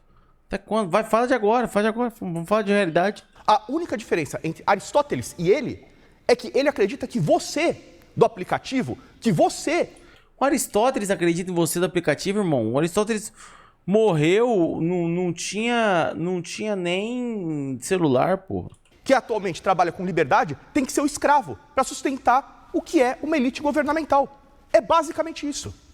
E mais do que isso, o que eles propõem é uma sociedade onde há muitos escravos e poucos governantes. Eu sou advogado Aristóteles, é que eu não sou advogado Aristóteles, gente. Eu só estou pontuando que o Aristóteles também defendia restrições à desigualdade. Ele está lá no tempo dele, com as contradições dele, com os escravos que ele tinha, inclusive. Mas a questão aqui também é até muito curioso, porque eles mencionam, por exemplo, a legislação dos Estados Unidos como exemplo. Mas eles acabaram de falar que a legislação proibitiva levou as empresas para outro lugar. Olha como que isso acontece. O Aristóteles entrega iFood, ele é entregador Shopee. Entregador Shopee. Se você não atende a campainha, ele arremessa o espelho que você comprou, se foda. Se cair e não quebrar é porque Deus queria que você tivesse. Contraditório, um refutou a fala do outro. A legislação que eles defendem. Mas vocês se contradizeram. Vocês acabaram de dar o exemplo da legislação que levou as indústrias dos Estados Unidos para outro lugar, mas depois vocês usam os Estados Unidos como exemplo de desregulamentação e da suposta liberdade, né, para você negociar entre o patrão e o empregado. E eu quero também, assim, ó, vou te dar 10 segundos do meu tempo. É que você está falando muito da lei trabalhista, você falou que é empresário, coisa e tal. Vai lá, você é um mês, você vai contratar um cara. O que você vai ter que pagar? Eu sou prestador de serviços, então, amigo. Você vai contratar eu não sou empresário. Tá eu não empreguei ninguém. Você começou falando que você era empresário. Eu tenho um CNPJ para ser prestador de serviços. Isso, você tem direito, você é MEI? Você é MEI? Sou CNPJ, não sou MEI. Você não é MEI, você pode contratar alguém, correto? Eu tenho uma... Você pode contratar alguém, CNPJ, não pode? eu poderia, mas eu não contrato. Tá bom, eu sou prestador de serviços. Tá bom, você pode... Vamos supor que você vai contratar. O que você vai ter que pagar? Nunca fiz. O que você vai ter que pagar? Fala. Eu tenho que perguntar isso pro meu contador, amigo. Você está falando que o funcionário custa muito caro. Eu estou perguntando para você, o que é caro? Fala pra gente o que é caro. O que você vai ter que pagar para o funcionário? Atualmente. Salário é caro? Vai lá, você tem que pagar salário. O salário é a parte mais tranquila. Férias é caro? Na hora que eu tiver que pagar. Férias é caro? Na hora que eu tiver que pagar o PIS dele, na hora que eu tiver que pagar... O seguro-desemprego dele, na hora que eu tiver que pagar. Vai lá, pessoal, vocês estão ouvindo o que eu tô falando, né? Vai lá, seguro-desemprego e não quer pagar, vai lá. Eu quero, só que eu gostaria de pagar isso no ato da demissão do funcionário, que eu nem tenho, diga-se de passagem. O meu problema é eu pagar um seguro-desemprego que o funcionário não vai ver. Afinal, ele só vai receber né? Você tá vendo que o problema dele é com o seu seguro-desemprego. Não, é que eu dei 10 segundos do meu tempo. Eu estou sendo cordial. Você deu um segundo e você me cortou. O problema dele é com o seu seguro-desemprego, com a sua previsibilidade. Não, ele acabou de falar isso, gente. Meu problema... Vai lá, ele tem problema com o seu seguro-desemprego. Fala outra coisa que tem problema, vai lá. Meu problema é com o seguro-desemprego chegar a menos de 30% do que foi pago pelo patrão, né, pessoal? pro funcionário. Aí começa. Eles estavam aqui falando que é muito custoso o funcionário, que não sei o quê. Eu gosto de debate assim, tá? Esse negócio de ficar esperando o outro falar, não. Tem que se atropelar mesmo. Quando eu perguntei pra ele... Eu odeio quem foi a pessoa que criou esse negócio de tempo no debate. Gente, debate bom é debate que você não entende. Por que Big Brother é bom? Porque as pessoas ficam lá, terminam o Sincerão e elas estão gritando e você não consegue entender uma palavra. Tá ligado? Não consegue entender uma palavra. Ontem tinha uma senhora de 70 anos gritando com uma menina de 18 anos. E elas gritando, eu não tava entendendo uma buceta de uma palavra que elas estavam falando. E gritando, aí de repente surgiu uma frase do além. Assim, eu nem menstruo mais. Eu falei, caralho, como que chegou nisso? Como que chegou nisso? Tá ligado? Isso é briga boa. Por isso que Big Brother é bom. Tá ligado? Porque não tem regra, né? Qual que é o custo? Aí ele já começou a falar que é o seguro-desemprego, ele já começou a achar ruim. 10 segundos e pergunta, quanto que é o custo médio do empregado para um MEI? Atualmente você vai pagar em torno de 60% do salário do cara como imposto. Gente, eu vou... mentira. De novo, eu vou desmontar essa falácia, tá, gente? Ó, como ele não sabe, ele tá aqui defendendo o mundo da fantasia. Quem e a gente trabalha tá com isso sabe. Ele fez uma pegadinha, gente, ele falou MEI, não CLT. MEI tá encaixado no Simples Nacional. CLT, Mas fez o uma custo é pegadinha. então o CLT, quanto que é? O MEI contratou um CLT, quanto que o custa? funcionário vai receber 40% do que paga Não, o custo médio pro MEI, quanto que é? Você contratou um CLT, qual que é o custo médio? Vamos lá, se eu contratar um CLT só dá um com um número, salário cara. de... com um salário de 2 mil, eu vou estar pagando mais ou menos 4.500. Esses 4, Isso pessoal, é mentira, de novo, tá, gente? Isso é mentira. Isso é Mentira, além de ser mentira, Olha eu vou aí. reafirmar de novo. Se o MEI contrata uma pessoa, 100% Olha lá, R$2.000 vai custar 2.700. do que ele paga vai direto para a mão do funcionário. É provisão da multa rescisória, FGTS, 13º salário, férias, 1/3 das férias, e é isso. É isso. Condução é outra coisa, é isso. Ele quer mexer nisso em você. Como o Tamir disse que ele queria abrir o tempo para ouvir vocês, eu não pausei, ok? Mas agora os 3 minutos é do time de vocês. Se vocês não querem abrir para eles, é só de vocês. E se eles interromperem, eu vou zerar. É que eu não zerei porque ele disse eu quero ouvir eles. Ele deu tempo e depois meio que cortou, então a gente não vai passar a palavra. Tá, Eu acho agora que é o de vocês eu e só vou lembrando começar- é o quarto. Então agora é Sim. o último, ok? Começar respondendo muito brevemente e depois passar para o Paulo. Vocês viram como que é debater com a esquerda. O cara me faz uma pergunta de MEI e depois vem falar de CLT. Os dados que eu falei são totalmente conferíveis na internet. Atualmente, o empregador ele vai gastar mais com encargos para o governo do que ele vai gastar propriamente com o trabalhador. Isso não é o caso. Ele falou 60% e depois jogou o dobro disso. Os caras falam qualquer coisa. Pois é. Eles não são esquerda, eles são amigos do MBL. De quem trabalha nos aplicativos, isso não é o caso de quem trabalha como entregador num Uber da vida ou num iFood da vida, porque nesse caso você está falando de situações onde as leis trabalhistas não incidem. Aliás, desculpa pausar, é porque eu vejo o Tamir, eu lembro do MBL. Queria mandar um abraço pro meu mano Beraldo, curador do Lollapalooza, que não colocou a Limão Rosa no Lollapalooza. Vai tomar no cu, Limão Rosa, vocês perderam, foda-se. Mais do que isso, o colega veio falar que, as leis trabalhistas nos Estados Unidos, você se autorrefutou. Não, amigo, não sou eu que defendo leis trabalhistas. Essas leis trabalhistas que ferraram com o cinturão da ferrugem nos Estados Unidos foram definidas por estados. Estados governados Quem ganhou? Ginger and the Peppers. pela esquerda. E exatamente por isso esses estados quebraram. E simplesmente as empresas se mudaram para fora. E é interessante também, pegando o gancho dos Estados Unidos, que nos Estados Unidos existe muito mais respeito ao federalismo do que aqui. Os estados decidem muito mais. E aí é interessante o fenômeno dos cidadãos americanos que votam com o pé. Ou seja, muitas vezes um cidadão vota na esquerda por causa desse discurso que parece lindo, populista, demagógico. Depois acontece o desemprego, a quebradeira de empresas, não tem mais oportunidade, eles migram para os estados mais à direita, mais republicanos, onde tem menos leis trabalhistas. Então não tem contradição aqui. O que eu estou evitando E essa cachumba do Cogos, tá querendo dar uma amada no Cogos? é essa análise binária. Agora, o grande ponto é o seguinte: Cogos é não binário. vocês querem um burocrata decidindo a vida de vocês? Vocês estão assumindo que o trabalhador não tem maturidade para negociar os seus direitos com o patrão ou usando o próprio sindicato para isso? Eu não tenho nada contra sindicatos per se. Na Rerum Novarum, o Papa Leão XIII defende os sindicatos. O que eu sou contra é a captura dos sindicatos pelos políticos. Sim, diga-se de passagem, os primeiros sindicatos foram organizados pela Igreja Católica, na Idade Média, como guildas de trabalho, que decidiam as suas próprias regras e as suas próprias formas de funcionamento como um acordo comum voluntário. A nossa questão é não deixar que meia dúzia de burocratas decidam por você como você quer trabalhar. E mais do que isso, quando o Paulo fala de votar com o pé, isso não se aplica no Brasil, tá, gente? Isso só se aplica numa sociedade livre. No Brasil, se você se mudar do Rio de Janeiro para São Paulo, você vai continuar com as mesmas leis trabalhistas, te impedindo de trabalhar a quantidade de horas que você quer, te impedindo de negociar como você quer receber seu salário, te impedindo de chegar a acordos coletivos junto da sua empresa.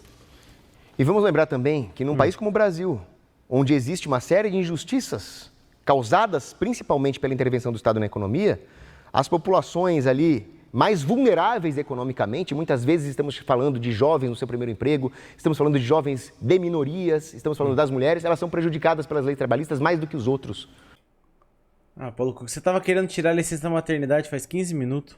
Por quê? Porque enquanto eles precisam se capacitar, adquirir experiência, vêm as leis trabalhistas e cortam os degraus do mercado de trabalho logo no começo. Então elas são socialmente injustas, além de serem economicamente estúpidas. Paulo Coco, vai dormir lá longe. As leis trabalhistas só beneficiam os demagogos e os pelegos que mandam nos sindicatos. Criança tem que trabalhar? Não, de jeito nenhum. Sim. Seu amigo tá falando que sim. Sim! Criança tem que trabalhar? Paulo Coco, você começou a trabalhar com 35 anos. E aí, sim ou não? Se ela quiser trabalhar num negócio familiar, beleza. Não. Beleza o caralho. Sim, nós não temos um monte de atores infantis nas novelas? Eu Por que não? eu quero só entender. É que quando você cede no tempo... eu Então, não- pode deixar 10 segundos. Vocês viram, né, pessoal? É o seguinte. E aí depois vocês podem até fazer a pergunta. Vai na rede social deles e pergunta. Pô, Pergunta você se começou a criança trabalhar tem com que quantos trabalhar. anos? Pai, já trabalhando na fábrica do meu avô, a Soelbra, fazia banha de metal. Quantos anos? Só perguntei a Putz, idade. eu ia lá com 12, 13, Não, com Não, 16. tô perguntando ia se lá, você ia lá na... Ia lá não é trabalhar. Ia lá não é trabalhar. Brincar na fábrica do vovô é uma coisa. Eu quero saber que Trabalhar. idade você trabalhou. Bateu Trabalhar, ponto, bater, isso segunda a sexta, trabalhou 8 horas por dia. Eu quero saber isso. Quando 18, começou? 18. 18 onde você trabalhava? No exército. Então, tá, é sempre assim. Sempre deságua no você pagando. Tá vendo, né? Sempre deságua. Trabalhava no exército. Fazia o quê, Paulo? Pintava meio fio? Fazia o quê no exército, Paulo? Água no você pagando. Você pode ver, nunca é na firma. Então agora estão aqui defendendo que tem que acabar com coisas, gente, que são básicas, mas nunca ninguém fala o que é. E só tem os trabalhistas avisando pra vocês, gente, esse povo que tá falando contra a CLT, eles querem acabar com coisa básica. Você vê que quando apertou ele, já falou, criança tem que trabalhar. Já quer, ó. O Paulo defendeu aqui. Defendeu criança claramente que trabalhar. criança trabalhando, criança fazendo E aí vocês jornada. julgam isso aí. O amigo já defendeu que Trabalhar com a família. Porra, tomar no cu. Se minha família fizesse eu trabalhar com 8 anos de idade, eu tinha abandonado minha família, foda-se. pode negociar a quantidade de horas, bolas. A CLT hoje, pode botar na tela a produção, a CLT hoje já permite jornadas flexíveis. A única coisa que você não pode fazer é deixar um cara trabalhando 12 horas, 14 horas, 15 horas, 24 horas direto, porque isso não é razoável no mundo real. Igual qualquer entregador Isso de não- iFood faz quando quer ganhar uma Zera grana. meu tempo que ele parou. Não, gente, peraí. Você não pode ceder o tempo e depois... Não, dizer Eu é não que- cedi seu tempo, não falei no momento. Mas é que, falou que não, podia mas no responder. início vocês estavam fazendo perguntas querendo saber... Mas ele foi bem claro na dele e falou que não podia me interromper. A Ih, clima tenso entre os brothers. rotina de trabalho do Cogos, etc. já estava Então vai nos lá, 3 acelera aí. minutos de vocês, tá? Então é isso. Quando você aperta e vai criança trabalhar, mulher grávida vai trabalhar até parir a criança no ambiente de trabalho, as pessoas vão trabalhar 24 horas por dia, vai acabar com o descanso remunerado. Quando você vai apertando é isso. Só que, mano, quando você vai perguntando pros caras, os caras sempre estão na máquina pública. Não, e aí é os uma caras estão coisa, sempre, mano, a Otávio. gente pagando. Não, e aí é uma questão que ele pergunta assim, você quer um burocrata? Um burocrata igual o Paulo, por exemplo, que assumiu o cargo dele por indicação política, por conta, às vezes, de relações pessoais ou familiares, eu realmente não quero. Eu quero um burocrata concursado, antenado com o que está sendo discutido no debate. Eu quero vários burocratas, inclusive, para poder impulsionar o desenvolvimento desse país, porque não se desenvolveu país nenhum sem burocratas, e depois a gente vai debater um pouco mais sobre isso. Mas a questão escravo que vai é que pagar a isso é você. realidade não fecha, meus amigos. A questão é que a realidade não fecha. Se você for pesquisar qualquer dado aí, base de dados da OCDE, da OIT, o custo de trabalho do Brasil é muito menor do que o custo de trabalho de uma série de outros países mais desenvolvidos do que a gente. O TAMI, inclusive, tem esses dados aqui. A gente tem um custo de trabalho menor. E cadê essa prosperidade toda aí? Cadê essa economia bombando? Cadê essa prosperidade? Vamos falar- Por quê? Porque os fatores não... a realidade não fecha com o discurso, entendeu? O senhor tem um país aí, fala qualquer país europeu. aí. Finlândia. Finlândia, vamos lá. Pegar aqui, ó. Finlândia, 20% o funcionário. E da outra carga tributária. coisa- Suécia, só que rapidinho, 31,6%. Outra coisa, ele citou a questão do Ele tem um gráfico de impostos do planeta? Caralho. Meu tablet tem Candy Crush. CLT e MEI. Eu fiz a pergunta, quanto que custa para um MEI contratar um CLT no custo médio? Essa foi a minha pergunta, eu não quis fazer armadilha com ninguém, tá, gente? Fechamos esse bloco. Nenhuma sociedade se desenvolveu sem o Estado.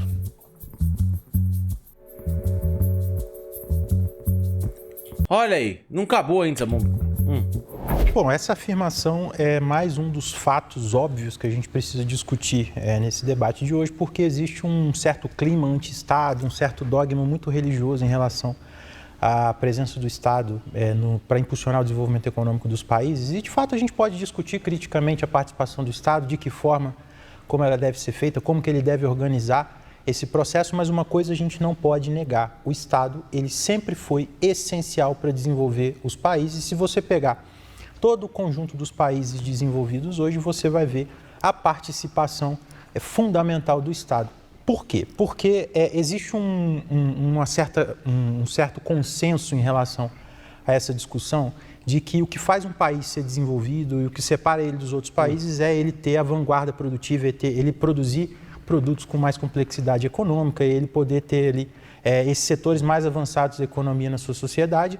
E os estados, desde o início do estabelecimento dos estados nacionais... Agora tá tendo que deixar os gordinhos em pé lá, ó. Eles têm essa percepção de deslocar para esses países essa vanguarda produtiva. Se você pega numa trajetória histórica, você percebe, desde o início, ali, por exemplo, das grandes navegações que foram possíveis e que conseguiram ali sair na frente ali Portugal. Com todo respeito, esse cara fala muito devagar, 1.25 vai fazer mal, não. Assisti muito no 1.0, né? Por exemplo, a partir do estabelecimento dos seus estados nacionais. Você tem a Inglaterra, no início, ali protegendo a sua indústria, estimulando a produção têxtil ali no país, para poder deslocar para a Inglaterra, para a Grã-Bretanha, né, a produção desses produtos mais sofisticados da época. E você tem ali autoprotecionismo, você tem países que se industrializaram depois, por exemplo, como é o caso dos Estados Unidos. Os Estados Unidos, o Alexander Hamilton, lembram dele, aquele lado musical? Então, não. O Alexander Hamilton foi o primeiro secretário da economia dos Estados Unidos, secretário do Tesouro, que é o equivalente ao nosso Ministério da Fazenda, e ele tinha uma visão oposta do Adam Smith, inclusive, sobre o desenvolvimento dos Estados Unidos, porque ele não queria que os Estados Unidos tivesse ali, seguisse uma espécie de vocação agrária ou seguisse ali produzindo produto primário. Então, ele insistiu no estímulo à industrialização dos Estados Unidos. Você tem ali o Alexander Hamilton influenciando, por exemplo, um outro economista famoso e importante, que é o Friedrich List, que também defendeu esse modelo para aquela região que depois veio a ser conhecida como a Alemanha, que influenciou, inclusive, a própria industrialização da Alemanha. E desde esse processo aí que eu estou descrevendo para vocês até o século XX, o século XXI, quando você tem ali a ascensão de uma série de outros países ali da Europa Ocidental,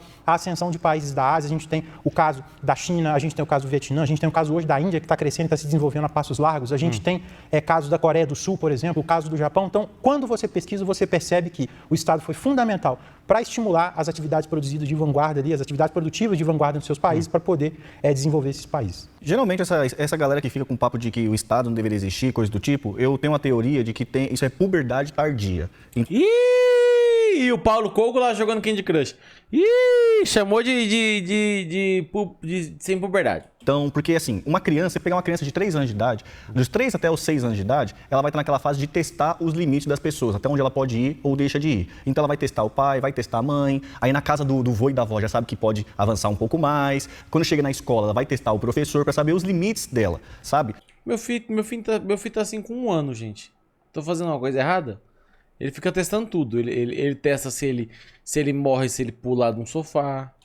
Quando chega na igreja também, quem frequenta a igreja sabe, as crianças vão testando os limites para saber até onde vai. E ela vai aprendendo onde que chega a determinado limite. Quando ela começa a namorar, quando ela começa a trabalhar, ela também começa a ver onde estão os limites. O limite do chefe, o limite da namorada, do namorado. Então a gente vai aprendendo isso com a vida, que se as coisas forem largadas, jogadas, bagunça, né? Alguém vai chegar lá e vai ordenar as coisas. Por exemplo, lugares que não tem o Estado, facções se organizam e tomam o lugar. Por violência. Então, assim, precisa no mínimo de uma hierarquia, precisa no mínimo de organização, de qualquer coisa. Então, a galera que fica nessa de o Estado vai acabar, que o mundo vai funcionar, todo mundo livre, negociando, que cada um vai ter a sua arma, cada um vai ter sua facção, vai ter o juiz paralelo que vai julgar tudo, coisa e tal. Todo mundo sabe o que vai acontecer nisso. Alguém vai montar um grupo armado e vai subjugar os outros, vai colocar ordem no lugar. Sabe? Então esse pensamento é um pensamento igual de criança, que está testando, que acha que o mundo é a Disney, que acha que o mundo é o lugar da fantasia, onde a imaginação isso aqui é verdade, tá? É o limite.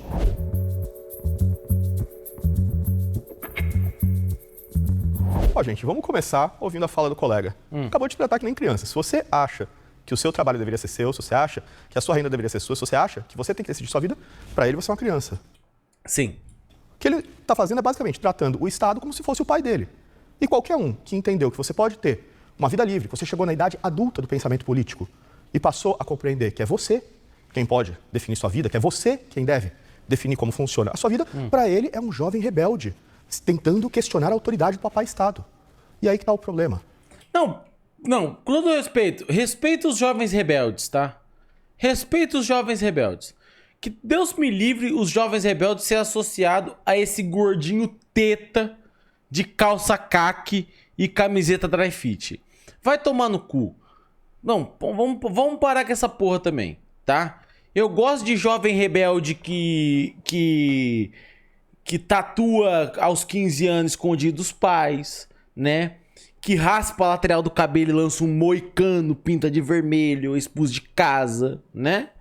Porra, jovem rebelde de calça caque vai tomar no cu também, tá ligado? Eu gosto de jovem rebelde que o pai chora no banho porque o filho tá... Ah, meu filho tá perdido. Tá ligado? Porra. Tomar no cu, mano. O maluco tá de camiseta dry fit da Adidas. Que jovem rebelde é esse? A mentalidade de esquerda é essencialmente uma mentalidade escravocrata e paternalista. Na visão deles, você é só uma criança burra que precisa do guia do papai Estado para se governar, para decidir por você, para negociar por você. Nós defendemos. Não, tira o Estado, ô Bolota. Tira o Estado que eu vou tomar tua região.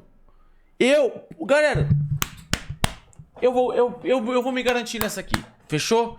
Por nós aí. Demorou?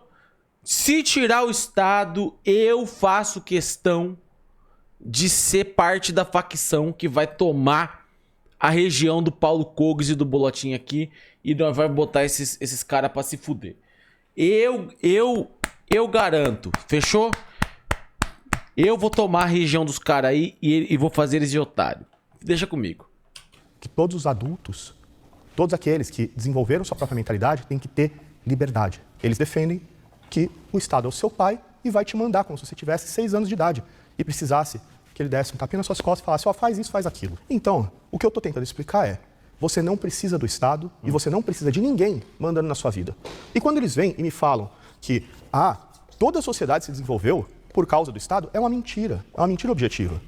Inclusive, sempre que houve uma tentativa de você desenvolver uma sociedade sem Estado, o Estado, de maneira brutal, encerrou essa tentativa. Porque eles não aceitam concorrência. Eu não vou entrar em viagem na maionese e falar exemplos absurdos. Vou falar um exemplo brasileiro. 7 povos das missões, durante o período do Brasil Colônia. Jesuítas, uma ordem religiosa católica, junto de indígenas convertidos, fugiram da sociedade brasileira regrada pelo Estado, foram se refugiar no interior do Rio Grande do Sul, onde não havia presença estatal, e montaram sua própria sociedade. Montaram cidades avançadas para a época, montaram uma organização social que não era pautada no Estado, mas sim na livre organização entre pessoas da mesma fé. E qual foi a resposta do Estado sobre isso? Trucidar essas pessoas. Expulsaram a ordem dos jesuítas e massacraram os indígenas. Por quê? Olha aí, ó. Olha aí. Eu não sei porra nenhuma disso aí. Que o Estado não aceita concorrência. O Estado não aceita homens livres. O Estado não aceita que você decida. Eu não gosto de nenhum papo de... porque em 1900... Vai tomar no cu, cara. Vai tomar no cu. Quero que se for. Vamos falar de... Gente, vamos parar de... porque tem um exemplo... não sei o que, do 1500... se fuder pra lá, porra. Que se foda os velhos. Tá tudo morto. Tomar no cu lá longe, cara. Sua vida. E esse exemplo do Brasil é um exemplo que está próximo da gente, mas não é o único. Se você olhar, colonização holandesa na África do Sul no início foi feita por cidadãos privados, fugindo da autoridade estatal, e depois foram trucidados pelo Estado britânico. Colonização inicial dos Estados Unidos foi feita por peregrinos, fugindo da autoridade real da Inglaterra, e foram trucidados pela coroa britânica. Sempre que você tenta criar... Rods, para de usar o telefone na live. Não tô usando o telefone na live, eu tô dormindo mesmo, porque esse cara é muito chato. Uma sociedade livre, aparecem estas figuras para dizer, você não pode fazer isso, você é só uma criança, você tem que obedecer o papai Estado, e te trucidam. Quando você tem as criancinhas brigando lá na pré-escola, a professora fala, olha, nós temos que aprender a resolver isso com maturidade, certo? Isso é o que nós libertários... Não fala pra criancinha que tem que ter maturidade. Nós defendemos que a sociedade consiga, então, se organizar, formar aqueles pequenos pelotões, como dizia Kirk, que foi um grande pensador tradicionalista. Charlie Kirk? Tá morto. E resolver as coisas. Não converso com morto. Eu tenho cara de tabuleiro Ouija, Paulo Cogos. Coisas através do livre contrato, através de hierarquias naturais e não através de um monopólio sistêmico da coerção e da violência que ultrapassa a lei natural, atropela as hierarquias naturais e impõe toda a desgraça que nós estamos assistindo desde que os estados modernos se formaram. Toda a desgraça que foi o século XX, com seus totalitarismos, com seus pogroms, com seus genocídios, com seus holodomores, é fruto do Estado moderno. Por isso eu quero primeiro fazer uma diferença terminológica. Quando nós falamos em Estado, existe o Estado como a organização da sociedade política em Aristóteles e São Tomás de Aquino, hierarquias naturais, e eu não tenho objeção contra isso. O que eu tenho objeção é o monopólio sistêmico da coerção, que é o Estado moderno, e esse Estado moderno tem que desaparecer. A sabedoria política, dizia Nicolás Gomes Dávila, consiste em transferir o poder decisório do centro para os indivíduos, dentro, é claro, de uma hierarquia que vai surgir, sim, do consentimento dos governados. Esse anarcocapitalismo é preconizado por grandes autores católicos. Anarcocapitalismo não existe. Vai tomar no cu. O anarquismo odeia capitalismo, então não tem como anarcocapitalismo existir. Pelo amor de Deus. Como Francisco Soares, que defendeu o direito natural dos povos contra a escravidão, porque ele entendeu que o Estado moderno é objetivamente escravidão.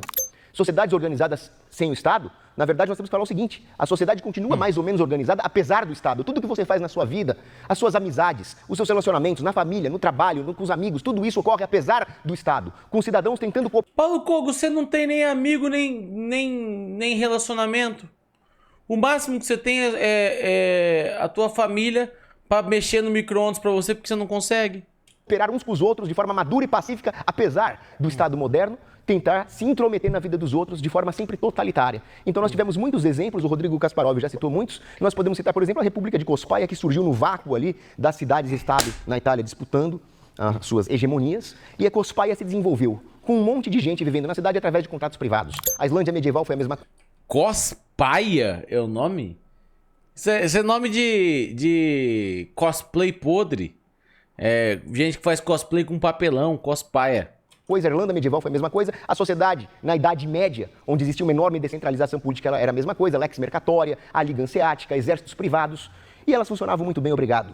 Você vê, por exemplo, Hokkaido no Japão, os clãs se organizavam. Na Somália existia um direito... Gente, como que vai ser bom um lugar que chama Cospaia, pô? Tá ligado? Cospaia. No nome tá falando que o lugar é paia.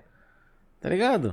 Conceito ordinário africano que foi apagado quando os senhores da guerra começaram a ser financiados pelos socialistas. Ou seja, a sociedade funciona muito bem sem o Estado e é esmagada por ele, mas até quando nós falamos em defesa militar contra o Estado, ela funciona melhor. A defesa dos condottieri privados lá em Gênova funcionava bem, a defesa ateniense era com os eupátridas financiando privadamente a marinha de guerra, até no caso de Sete Povos das Missões foi um grande herói brasileiro, Sepete Araju, que pegou em armas privadamente e conseguiu ali grandes feitos, ou seja, povo armado jamais será escravizado, tanto que o almirante Yamamoto falava não dá para invadir os Estados Unidos, não é por causa do exército estatal, é porque o povo está armado.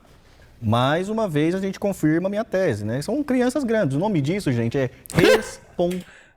São crianças grandes. responsabilidade. Ninguém faz o que quer a todo momento, igual uma criança. Chama responsabilidade, né? Então, por exemplo, eu gostaria, tem dia que eu levanto e não quero trabalhar, cara. Não quero trabalhar, mas sabe o que tem? Tem um Eu todos. Não teve um dia sequer na minha vida que eu quis trabalhar. Eu tô vivo aí tem vários anos e não teve um dia sequer que eu falei, nossa, hoje eu tô com vontade de trabalhar fodida. Nunca. E, inclusive, o meu único sonho na minha vida era me aposentar. Mas eu queria conseguir fazer isso sem trabalhar. E sabe o que é mais legal de tudo? É que a minha família sempre soube disso. O meu pai... ele às vezes começava a confabular umas ideias de que eu faria da minha vida pra conseguir passar pela existência humana sem trabalhar. Ele tentava me ajudar nos pensamentos. Tá ligado? Porque ele fala, tudo bem, né? O Rodolfo, ele não gosta de nada. Ele colocamos um ser humano no mundo aí que odeia tudo, tá ligado? Eu preciso trabalhar porque eu tenho responsa. Aqui, ó, tem um monte de gente trabalhando aqui hoje que eu com certeza falo assim, pessoal, vamos parar aqui agora para ir tomar uma gelada ali. Todo mundo quer fazer isso, mas as pessoas têm as responsas. É responsabilidade. Aqui não é criança. A gente não acha que o mundo é uma Disney. Eu, por exemplo, trabalhei a semana inteira e agora eu vou chegar em casa, depois sair daqui e eu vou limpar minha casa. Vou fazer uma faxina. Você acha que eu quero fazer isso? Eu não quero, mas sabe como é que é o nome disso? Responsabilidade. É responsa. Tem que chegar e tem que fazer. Então, assim, a criança que eu tô citando aqui é os libertários que fica. Que é aquele ditado, né? Mente vazia, oficina do capeta. Então fica o dia inteiro, não trabalha, não faz nada, fica só morcegando, aí fica a cabeça vazia e fica pensando nessas teses mirabolantes. É isso. Não, eu concordo com tudo que o Tamir falou aqui. Por mais que eu odeie trabalho, eu trabalhei muito na vida. Eu falo de um jeito que parece que eu nunca trabalhei, né? Eu trabalhei por muitos anos. Só hoje que eu sou youtuber. Hoje eu não trabalho. Hoje eu sou youtuber. Eu não trabalho. Mas eu trabalhei por uns 15 anos aí, né? Eu só nunca gostei. Mas eu trabalhei muito. Eu só sempre odiei, né? Que o mundo vai funcionar, que a Disney vai descer na Terra e vai todo mundo fazer o que quer, que vai negociar com o patrão, que vai trabalhar 12 horas, 14 horas e o mundo vai ficar por isso mesmo, entendeu? Mas é uma criança grande. Criança grande. Não, e aí é uma questão também que essa fuga da realidade ela é tão grande que o exemplo dele, por exemplo, é a Islândia medieval. Assim, eu não sei se ele entende como modelo, né, a sociedade medieval, eu creio que a gente não tem. Ele se veste de medieval até, ele faz cosplay, cospaia. Máquina do tempo, a roda da história ela não volta para trás, né? Então, assim, eu acho que a gente pode, inclusive, perguntar para o islandês de hoje se ele quer a Islândia medieval como exemplo. Eu tenho certeza que ele vai falar que não. A Islândia, que é o país com maior sindicalização do mundo, com 90% do trabalhador sindicalizado, menor desigualdade do mundo, com um dos maiores estados de bem-estar social do mundo, tenho certeza que o islandês médio lá não vai querer voltar para a Idade Média igual o exemplo que ele deu. E aí é uma questão que aí a gente entra no debate real, né? Porque a gente pode ficar aqui elucubrando sobre liberdade, sobre autonomia, sobre o Estado, mas a gente tem que fazer o debate real, que é o fato que está colocado. Eles tentam fugir dessa discussão, eles tentam levar para uma discussão moral, porque eles sabem que esses fatos que a gente destaca aqui da participação do Estado para impulsionar o desenvolvimento, ela é essencial. E aí entra o debate sobre liberdade. Meu caro amigo aí que está assistindo, meus amigos aqui que estão com a gente aqui, você não tem, se você está lá... Islândia tem menos gente que Maringá? Calma aí, vamos ver. População da Islândia. Caralho, tem menos mesmo? Caralho, tem 390 mil pessoas só num país? Caralho, tem menos mesmo. Achei que era só uma piada. Tem menos mesmo. Defecando no mato, você não tem liberdade. Isso não é liberdade, meu amigo. A liberdade é quando você tem um sistema de saneamento básico para você fazer suas necessidades em casa, você tem uma moradia, você tem... Não. Esse papo aqui vocês não podem ouvir de trabalhista, tá? Esses papos aqui, trabalhista vai contaminar a cabeça de vocês. Cagar em casa é perder tempo. Cagar é no trabalho. Cocô tem que ser feito no trabalho. O horário de CLT é o único horário que você pode cagar. No domingo, tudo bem. Cagar em casa. Né? Também foda também ficar passando o domingo inteiro segurando cocô pra explodir só na segunda, né? É uma sacanagem também. Mas cagar em casa é prejuízo, perfeitamente. Cagar em casa é prejuízo. Cagar é no trabalho, porra. Cagar é no trabalho.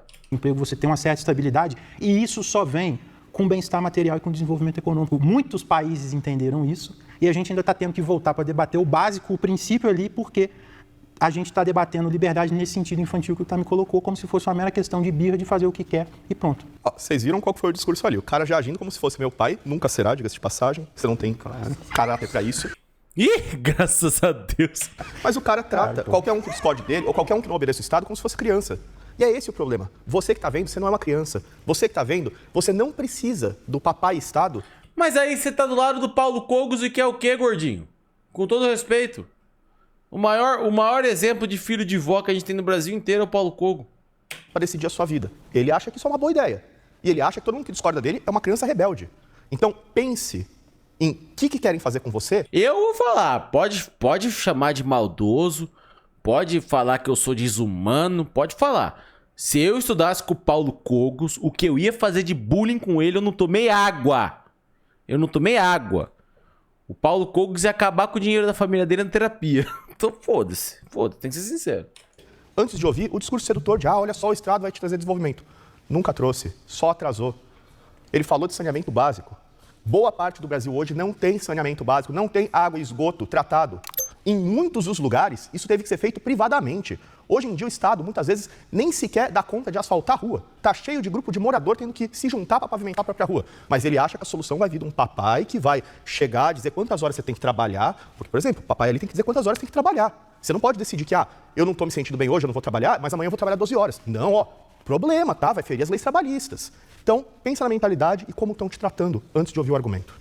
É interessante, o Fred falou que eu estou fora da realidade porque eu citei a Islândia medieval. Mas é muito interessante. Eu citei um evento brasileiro, Sete Povos das Missões. Sim, mas aí que é interessante, né? Ele citou a Revolução Industrial, citou Alexander Hamilton, que também está distante temporalmente, mas não é esse o caso. Existem princípios atemporais. Então nós podemos verificar o seguinte, a Revolução Industrial na Inglaterra, como diz o Robert Allen, não foi uma canetada estatal. Ela surgiu depois de séculos de direito consuetudinário, de costumes que, promovendo a defesa da propriedade privada e a certeza jurídica, fizeram com que investidores, empresários se sentissem encorajados a investir na produção industrial.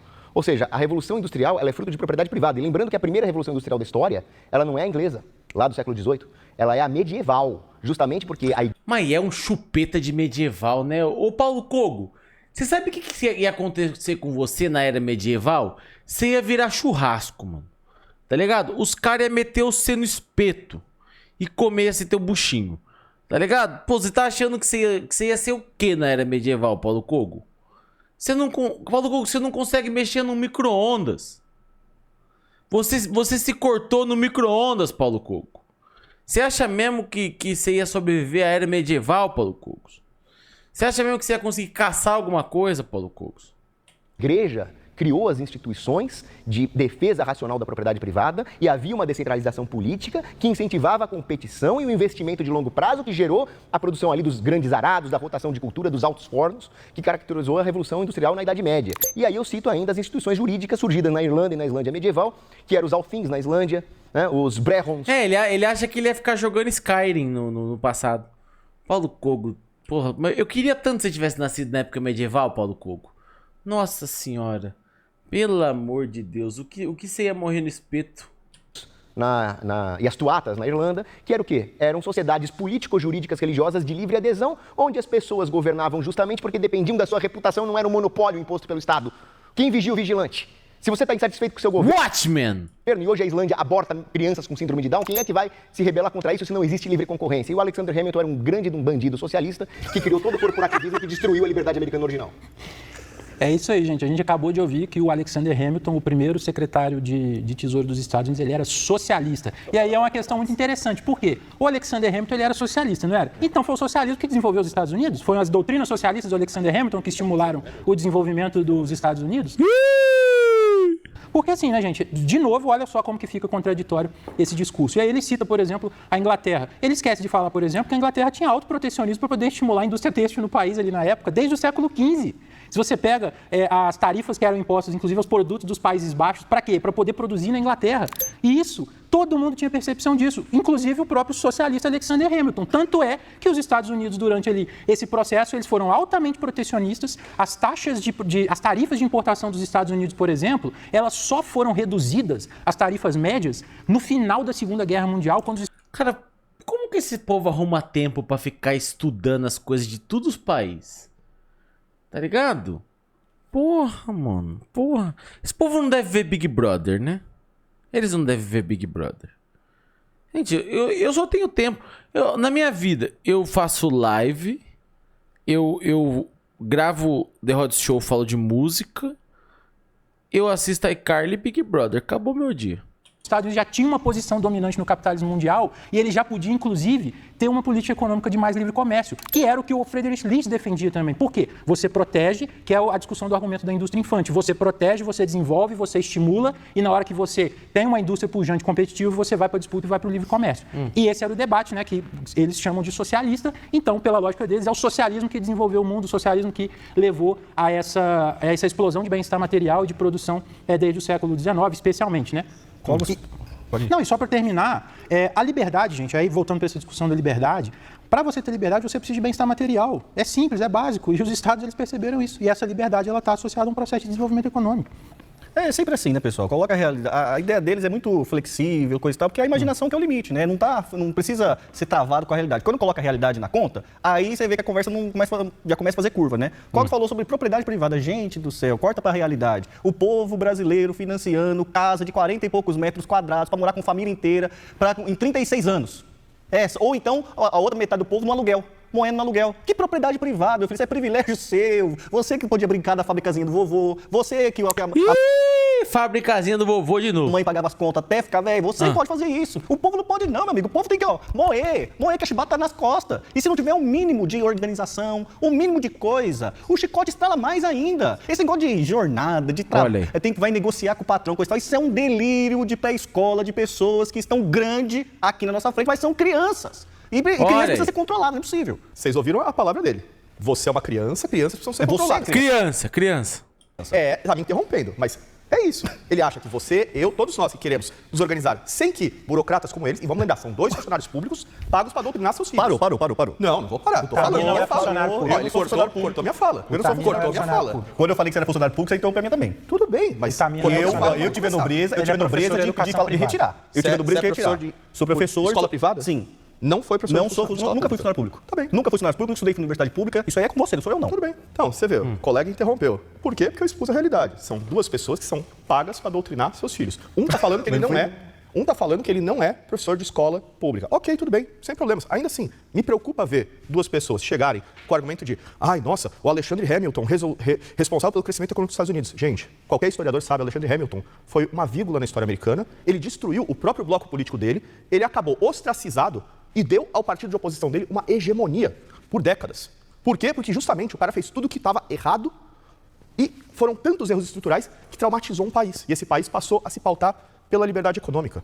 Agora, eles me vêm com o papo de, olha só, você não tem liberdade sem desenvolvimento material. Eles esquecem que é o Estado que te rouba o seu desenvolvimento material. Como que você vai se desenvolver se o Estado está tirando a maior parte da sua renda? Ele vem me falar, a maior parte do brasileiro está no aluguel, está financiando apartamento de 40 metros quadrados. Ele não te fala que o Estado hoje define uma série de regras sobre como você pode construir, quais são as áreas de zoneamento. Então, por exemplo, se eu quiser construir casa para uma família decente, com 4 quartos, eu não posso, na maior parte de São Paulo. Porque tem um zoneamento que diz que, os apartamentos têm que ser feitos... Mas que 4 quartos pra quê, cara? Você tem 4 filhos? Em tal padrão, de tal modo, e te forçam um kitnet. Os burocratas estatais te obrigam a comprar a porcaria de um kitnet, sobretributam quem está tentando construir, estabelecem um monte de regrinha. Por quê? Porque o papai ali tem que decidir o que você, filhinho, pode comprar ou não. E assim você ferra uma sociedade livre. E tem mais uma coisa, não faz muito tempo, faz bem menos aí de 60 anos, que o blue collar worker, ou seja, o operário de chão de fábrica, com o seu salário de chão de fábrica, podia comprar uma casa própria e dar educação para sua família estendida. Quando que isso mudou? Pesquisem. What the fuck happened em 1971? Foi quando o Nixon acabou ali com qualquer lastro de ouro na emissão de dólar. Ou seja, a culpa de hoje, você ter um monte de pessoas morando de forma precária, não é do livre mercado. A culpa é da inflação. E uma parte. A culpa é do monopólio estatal da moeda. Uma parte, para as pessoas entenderem. Em 73, o governo passou a decidir quanto vale a moeda, sem ter lastro na realidade, sem ter lastro em ouro. Burocratas como eles... Eu já tô cansado, já nem sei mais o que eu tô ouvindo. Decidiam quanto valia a moeda ou não. Resultado, a moeda começou a cada vez mais desvalorizar, porque o governo imprimia moeda sem parar, e você não conseguia mais comprar uma casa. Agora, quanto ao protecionismo, vamos lembrar, a Gilded Age, a era onde os Estados Unidos mais se desenvolveu foi quando havia livre comércio. Só que aí veio o Roosevelt, meteu as tarifas, mandou os Estados Unidos para a Grande Depressão, só foi sair no fim da Segunda Guerra Mundial quando acabou o protecionismo. Que bom que os Estados Unidos têm depressão, que senão não tinha mais Chemical Romance. Vamos lembrar também que a França não se desenvolveu, não teve a Revolução Industrial precoce como na Inglaterra, porque veio o colbertismo e meteu o protecionismo também. E assim foi em todos os países que resolveram proteger indústrias precárias e acomodadas. Gente, eu tô dando muita risada, sabe por quê? O burocrata dessa conversa, quem tem cargo público essa burocrata é o Cogos. E agora eu vou fazer a pergunta sincera. Responde pra verdade. Você presta serviço pro Cogos? Sim, é um dos prestadores. Olha como é que... Olha aí, tá tudo explicado. O Cogos é funcionário público e o PJ, ele trabalha pro Cogos. Caralho, tá tudo explicado.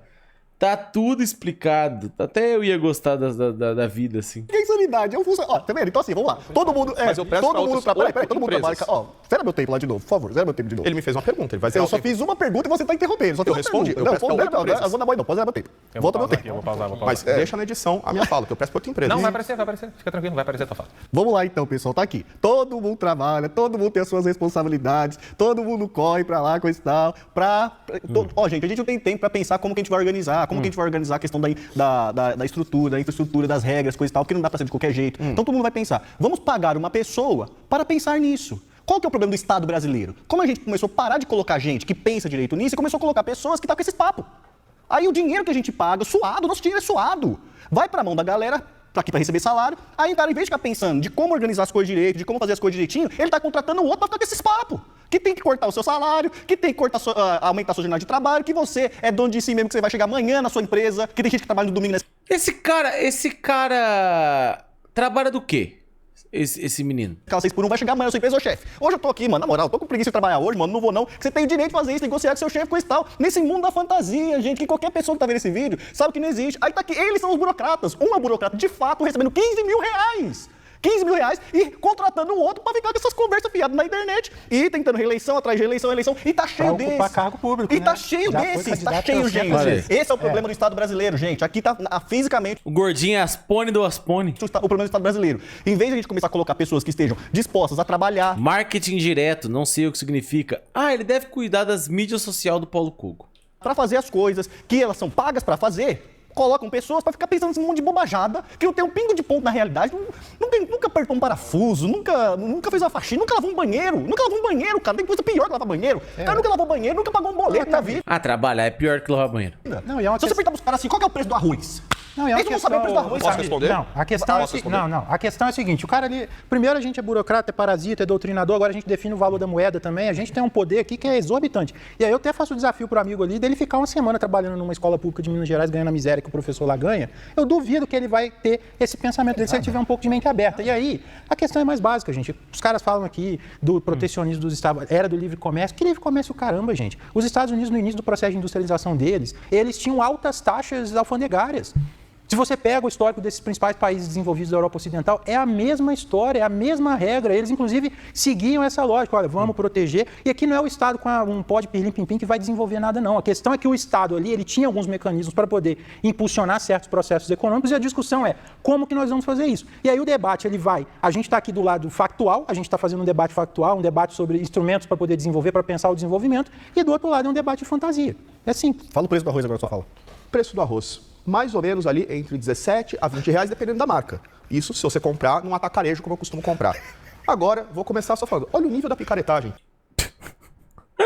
Se você comprar ali no atacarejo. Os caras estão aqui defendendo 100 anos de estatismo, estão defendendo o legado do trabalhismo, que é basicamente escravizar você, mas o problema é o Cogos ter trabalhado 1 ano no governo. 1 ano de Cogos no governo é a mazela do Brasil, é o grande problema. Não é o fato de eles terem defendido o legado de um sistema que basicamente quebrou a economia brasileira mais de uma vez, que causou subdesenvolvimento e miséria. Esse é o problema. E aí o cara me vem com esse argumentinho. Ah, eu presto serviço para o Cogos. Beleza, presto serviço para 8 pessoas. Atualmente eu prestei para mais de 14. Mas ó a mentalidade. Então, para pensar quem está tentando te enganar, quem está tentando enrolar. Quando eu chamo eles de burocratas, é porque eles defendem a burocracia. Eles gostariam de estar no lugar do Cogos. Não alcançaram porque não tem voto. Cogos tem 33 mil votos, eles têm... Quantos votos fez o Jones Manuel? Foi uma piada. Mas enfim, vou passar para o Paulo. Pois é, ele gosta muito do argumento ad hominem, você é isso, você é aquilo, ou do Milwaukee, você também, etc. Bom, se vocês quiserem saber da minha vida pessoal, eu não acho que vem ao caso para leis econômicas imutáveis no tempo e no espaço, mas ó, eu já servi o Exército, eu já trabalhei CLT no Hospital Santa Catarina, já tive empresa e agora sou funcionário público. Enfim, isso é irrelevante, mas já que eles gostam tanto, tem tanta curiosidade. O que ele fez no hospital, será? Agora vamos para o que interessa. Brasil. O Brasil teve uma indústria antes do Estado encher o saco das pessoas. Existia um municipalismo no Brasil, onde o poder da coroa não ficava regulando a economia, e ali nós temos os industriais, ali antes do Marquês de Pombal encher o saco também, antes da Dona Maria I vir com o alvará, que proibiu o Brasil de ter manufatura. Aí o Brasil voltou a ter indústrias com a abertura dos portos, ou seja, sempre o livre comércio ajudando, veio o Barão de Mauá, só que aí depois vem a tarifa Alves Branco, prejudica. Depois o Brasil se industrializa novamente, quando vem os imigrantes italianos, as indústrias Matarazzo, aquela liberdade É no hospital da mãe dele? econômica que existe em São Paulo, e aí as indústrias sofrem um grande revés com o trabalhismo do Getúlio Vargas, com aquele monte de política de substituição da importação que prejudicou todo o arranjo industrial do Brasil, concentrou os Getúlio Vargas, o Tamir gosta, tem até quadro. investimentos no Sudeste na mão de lobistas corporativistas que não eram nem um pouco empreendedores, deixou o Nordeste à míngua, desregrou todo o processo migratório no Brasil por causa do protecionismo nos espaços onde já existia capital investido, prejudicando os espaços onde não havia capital investido. Então o Brasil é um grande laboratório de como o protecionismo não funciona. Todo aquele endividamento resultante dos vários planos getulistas e neogetulistas, tanto no governo Juscelino, quanto aquele monte de PND no governo militar, tudo isso é bullshit. O que Bullshit! é livre comércio, livre indústria, fim das barreiras protecionistas. É só você ver o caso de países como o Japão, onde existiu ali um investimento, um subsídio a certas indústrias que perderam a competitividade e depois, quando liberaram o mercado, ele se desenvolveu. Mesma coisa dos tigres asiáticos. Agora, o que nós precisamos é de ética. O governo parar de agredir as interações livres entre os cidadãos. E aí, de novo, né, a gente está novamente com nossos amigos aqui na contramão da realidade. Por exemplo, uma das indústrias que perdeu eficiência que o Japão subsidiou foi simplesmente a Toyota, né, uma das piores empresas de carros aí, que não, essas porcarias que eles produzem aí, né? A Toyota, a Coreia do Sul, por exemplo, tinha uma política muito bem sucedida de campeões nacionais, né, dos conglomerados que eles chamavam dos chaebols. Inclusive, a Coreia do Sul tinha um escritório de planejamento econômico, né, que é os burocratas, aí, os temidos burocratas. Se a Coreia do Sul seguisse a linha econômica que eles defendem, a Coreia do Sul estava exportando peixe até hoje, né? E aí é muito curioso eles mencionarem a questão do Getúlio Vargas, que é um outro dado contrafactual. Se você pega a participação da indústria no PIB no Brasil durante o antes e o depois do Getúlio, ela aumentou depois do Getúlio. O Getúlio, inclusive, ele é conhecido, para além dessa história paralela que eles contam, como o cara que construiu o Brasil industrial, que trabalhou pela construção do Brasil industrial. E aí é um nível de descolamento da realidade absurdo. Se você pega, por exemplo, ele citou o Juscelino Kubitschek, que foi um grande presidente brasileiro, sim, um dos maiores presidentes que o Brasil já teve. O período do Juscelino Kubitschek foi Tudo que eu sei de Juscelino Kubitschek é o nome da avenida. de desenvolvimento econômico absurdo, de industrialização absurda. E aí, a gente não pode... É tudo na contramão da realidade. É fácil, gente. Pesquisem os dados, vocês podem pesquisar. E aí é tudo na contramão da realidade. E aí a gente tá... E aí é muito curioso, porque eles tentam criar uma realidade em que, no momento que a gente desenvolveu mais a indústria e a economia, a gente estava fazendo tudo errado, a gente destruiu o país, e agora que a gente está fazendo um caminho inverso ao desse período e dessa abertura, a gente está regredindo. Mas esse é o lugar certo, talvez, que a gente está, né? Mas eu não sei também, porque às vezes hoje também é socialista demais para eles, e enfim. Então, eu não tenho problema nenhum pedir desculpa, tá? Mas fica o desafio aí. Se o Cogos mostrar o carimbo na carteira de trabalho dele, nas redes sociais deles, eu me comprometo a falar a verdade. O Cogos já trabalhou na vida. Queria saber. E eu repito, Olha aí. o problema do Estado Olha, brasileiro será que ele já tirou a carteira? não é o Estado em si, são essas pessoas que nós estamos colocando dentro do Estado brasileiro, e eu nunca fui candidato a nada. Vocês falaram do Jones Manuel, a gente não é comunista, não tem nada a ver, inclusive tem até debate aí dos trabalhistas contra comunistas, então não me confunda, tá? Só que assim, o Estado brasileiro... Ele gosta do mamãe falei. O problema do Estado brasileiro foi essas ideias e essas pessoas sendo colocadas lá e não dando satisfação. Vocês precisam lembrar, vocês não, né? O Cogos precisa lembrar e você é contratado do funcionário público. Então, você também de tabela fica. Vocês precisam lembrar que vocês têm patrão. E o patrão é o povo brasileiro. É a gente aqui que trabalha para pagar o salário de vocês precisam dar conta. Até agora, o Cogos não falou. O que você fez? O que você fez no seu trabalho lá? Trabalhou um ano, recebeu 15 mil, o que você fez? Presta satisfação pro povo aí, cara.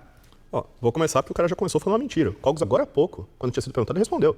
Foram 326 ou 324? Mas não falou o que fez. 326 pareceres jurídicos que ele emitiu no último semestre. O que é parecer jurídico? Parecer jurídico não é um negócio de brincadeira. Você tem que revisar um projeto de lei inteiro, você tem que buscar estatística, tem que analisar dados para fazer um trabalho direito. Não sei como que eles fariam, mas isso normalmente é um trabalho bastante demandante. E o cara vem me falar, eu sou prestador de serviço do Cogos. Sim, um de 8 que eu estou prestando. Presto serviço para empresa privada, presto serviço para empresa fora do Brasil, presto serviços para pessoas físicas fora do Brasil. Os caras estão vindo com uma falácia atrás da outra, que esse é o método da esquerda. Os caras vêm me falar que Getúlio Vargas foi quem desenvolveu a economia brasileira. Bullshit. Bullshit! Eles adoram essa palavra.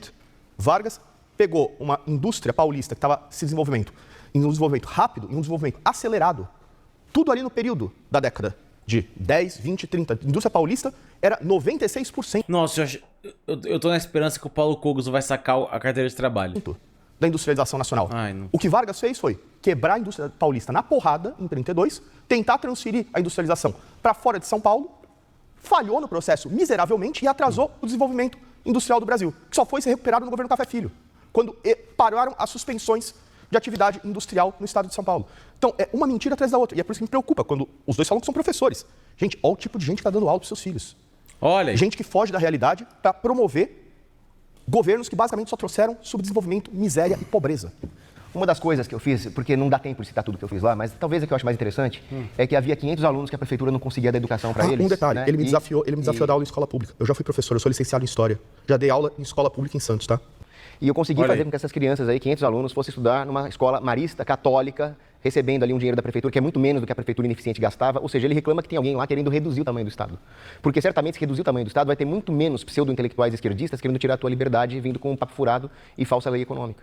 Agora, voltando ao que realmente interessa, que são essas leis econômicas, vamos lembrar que as medidas O barista é uma bosta, né? protecionistas, elas só servem para criar conluios entre o poder corporativo e o Estado. Isso também tira a tua liberdade, isso tira a livre concorrência. Pode ver a história de Yataro, fundador da Mitsubishi, como ele se desenvolveu e cresceu quando não existia subsídio a campeões nacionais. Depois ele mesmo entrou em compadrio com o governo e ele mesmo reconheceu que a indústria dele estava sendo acomodada. Só que os tigres asiáticos cresceram não por causa de políticas de campeões nacionais, mas apesar delas. Você pega o caso de Singapura, não é o que eu defendo, que é a liberdade econômica total, mas eles reduziram os impostos e as regulações, atraindo investimento e fluxo de capital estrangeiro, o que representa, assim, uma concorrência que vai no sentido contrário ao protecionismo. JK ferrou com as nossas ferrovias. Olha aí, finalmente acabou. Eu não sei porque eu assisti isso até o final, tá? Eu tô muito arrependido. Eu estraguei a minha terça-feira. Agora eu vou... Pra mim só resta aguardar a hora que o Babu for eliminado do Big Brother. Tá ligado? Eu estraguei o meu dia. E eu gostava tanto do Babu, mas tá tão desgracento, né? Eu estraguei o meu dia. Que merda, né? Por que eu assisti isso até o final? Eu não sei também. Eu devia ter pausado essa bosta antes. Tá ligado? Nossa senhora. É isso, deixa o like, se inscreve. É nóis, viu?